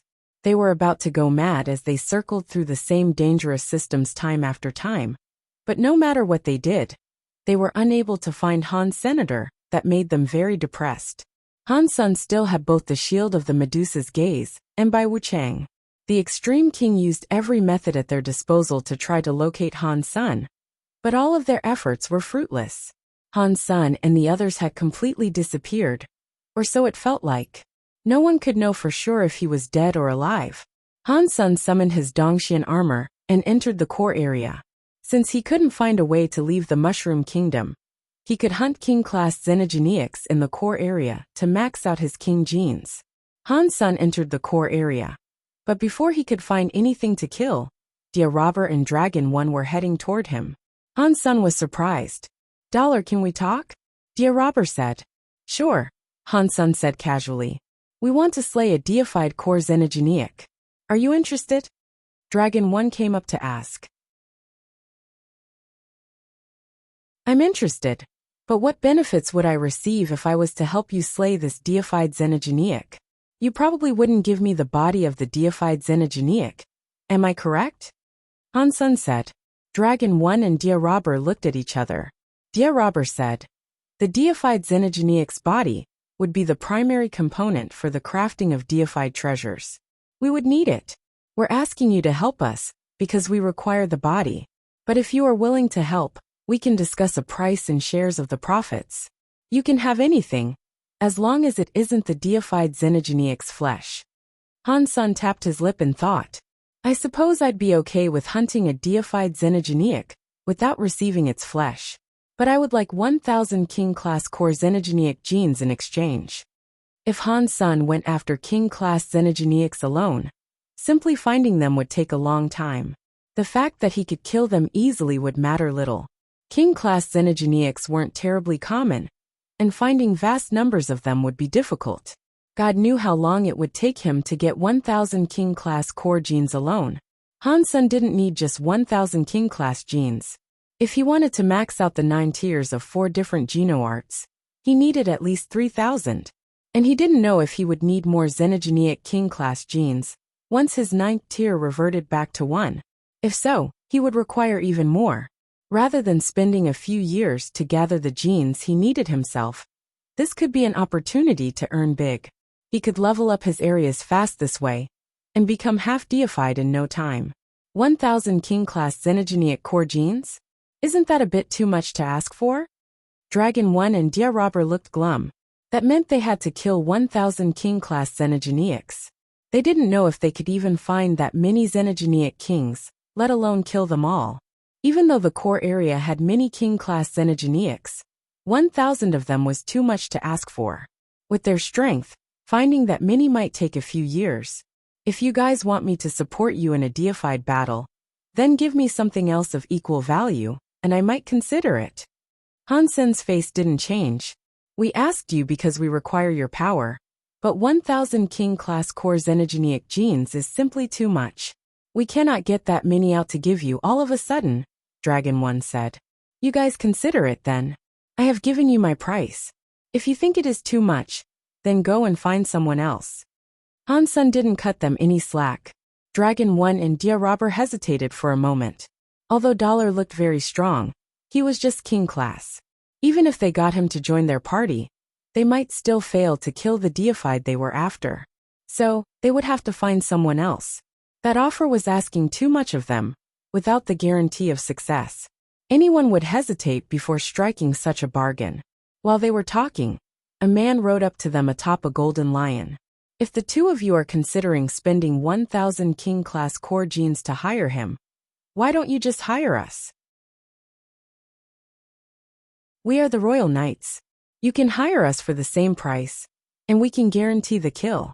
If we fail, we will reimburse you. You too trust the reputation of the Royal Knights, don't you? Han Sen looked back.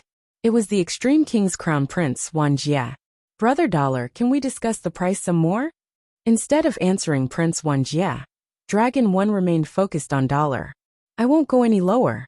You can pay me 500 first, and the other 500 after my task is done. If I fail to kill it, I still keep the first 500. Consider it a down payment for the effort I put into the attempt, Han Sen said. Dragon 1 and Dia Robber talked quietly amongst themselves. Then Dia Robber said, Okay, Dollar, we will hire you to help us. Please come to our base so we can talk. Han Sen and Bai Wuxia were shocked. They couldn't believe at the same price.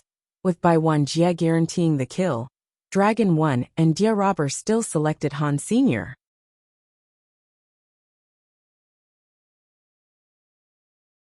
Chapter 25:13.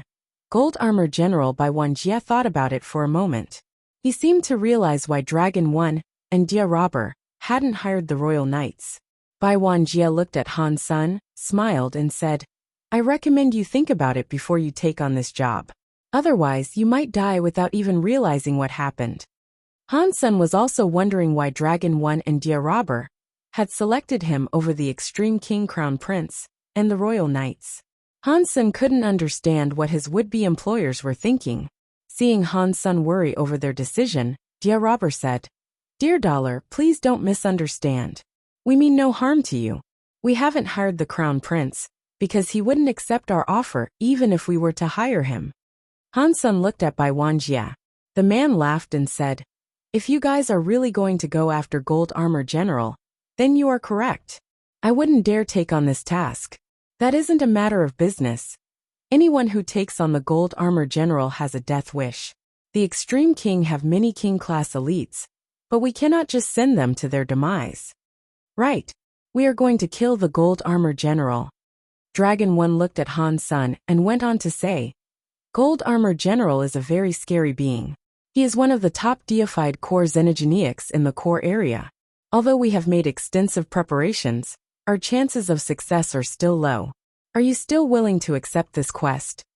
Well, you wouldn't be hiring me if the success rate was high. Han Sen smirked slightly.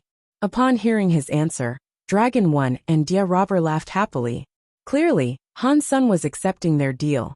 Bai Wanjie's face didn't change, and he said, My friends, I'm afraid you have no idea what gold armor general truly is.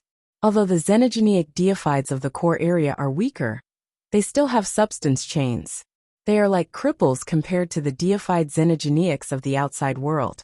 But even so, these creatures are not something a king or a half-deified being can challenge. You especially cannot challenge a deified core xenogeneic. Their powers are far beyond yours. That gold armor general is one such being. Once upon a time, someone gathered up 20 half-deifieds to hunt him down. In the end, almost half of the team was killed. Are you sure you want to invest so much in this attempt? After that, Bai Wanjie looked directly at Dia Robber and Dragon 1 and said, If you guys really want to kill the gold armor general, the Extreme King can actually accept this job. But the price has to be measured differently. If you guys are still interested, perhaps we can find a place to discuss this. The Crown Prince is confident in his ability to take down the gold armor general? Dragon 1 and Dia Robber's bodies were shaking. They couldn't believe what they were hearing, and so they stared at Bai Wanjie. Bai Wanjie looked confident and he smiled. If we royal knights are unable to slay the gold armor general, I can assure you that no one else in the core area can kill it. Why don't you guys think about this? Dragon 1 and Dia Robber looked conflicted. Although they were well prepared, they still lacked confidence in their abilities to take down the gold armor general. If they had been confident, they wouldn't have hired Han Senator, but seeing Bai Wanjie's self-assurance, they knew that he must have some way to kill Ghost Armor General. If they didn't hire Bai Wanjie, he would probably hire others to kill it. If they did hire Bai Wanjie, given the arrogance of the Extreme King, he would probably demand far more than 1,000 king-class core genes. They were pretty sure the Crown Prince would want the Gold Armor General's xenogeneic gene as well. Dragon 1 and Dia Robber glanced at each other, then turned back to Han Sr. Brother Dollar, now that you understand, are you still willing to accept our request? As long as you pay the agreed-upon price, then yes, Han Sen said simply. He didn't have to guarantee that he would kill the proposed enemy. All he had to do was ensure that he would try his best. Even if he was unable to kill their target, he would be receiving 500 king-class xenogeneic genes. With Han Sen's power, it didn't matter how strong the Gold Armor General was. Han Sen's life wouldn't be in danger. Plus, Han Sen knew that the core area's deified xenogeneics were weaker than the ones in the outside world. In that case, please come to our base for a more in-depth discussion. Dragon 1 and Dia Robber said goodbye to Bai Wanjie. Then, they left with Han Sr. Dragon 1 and Dia Robber have some kind of plan. Do they? They really can't expect Dollar to kill the Gold Armor General, right? Seeing the three of them leave, Bai Wanjie frowned. Han Sen followed Dragon 1 and Dia Robber to their base. When he reached the case that the dragon and the destroyed were sharing, he could tell that they really were cooperating.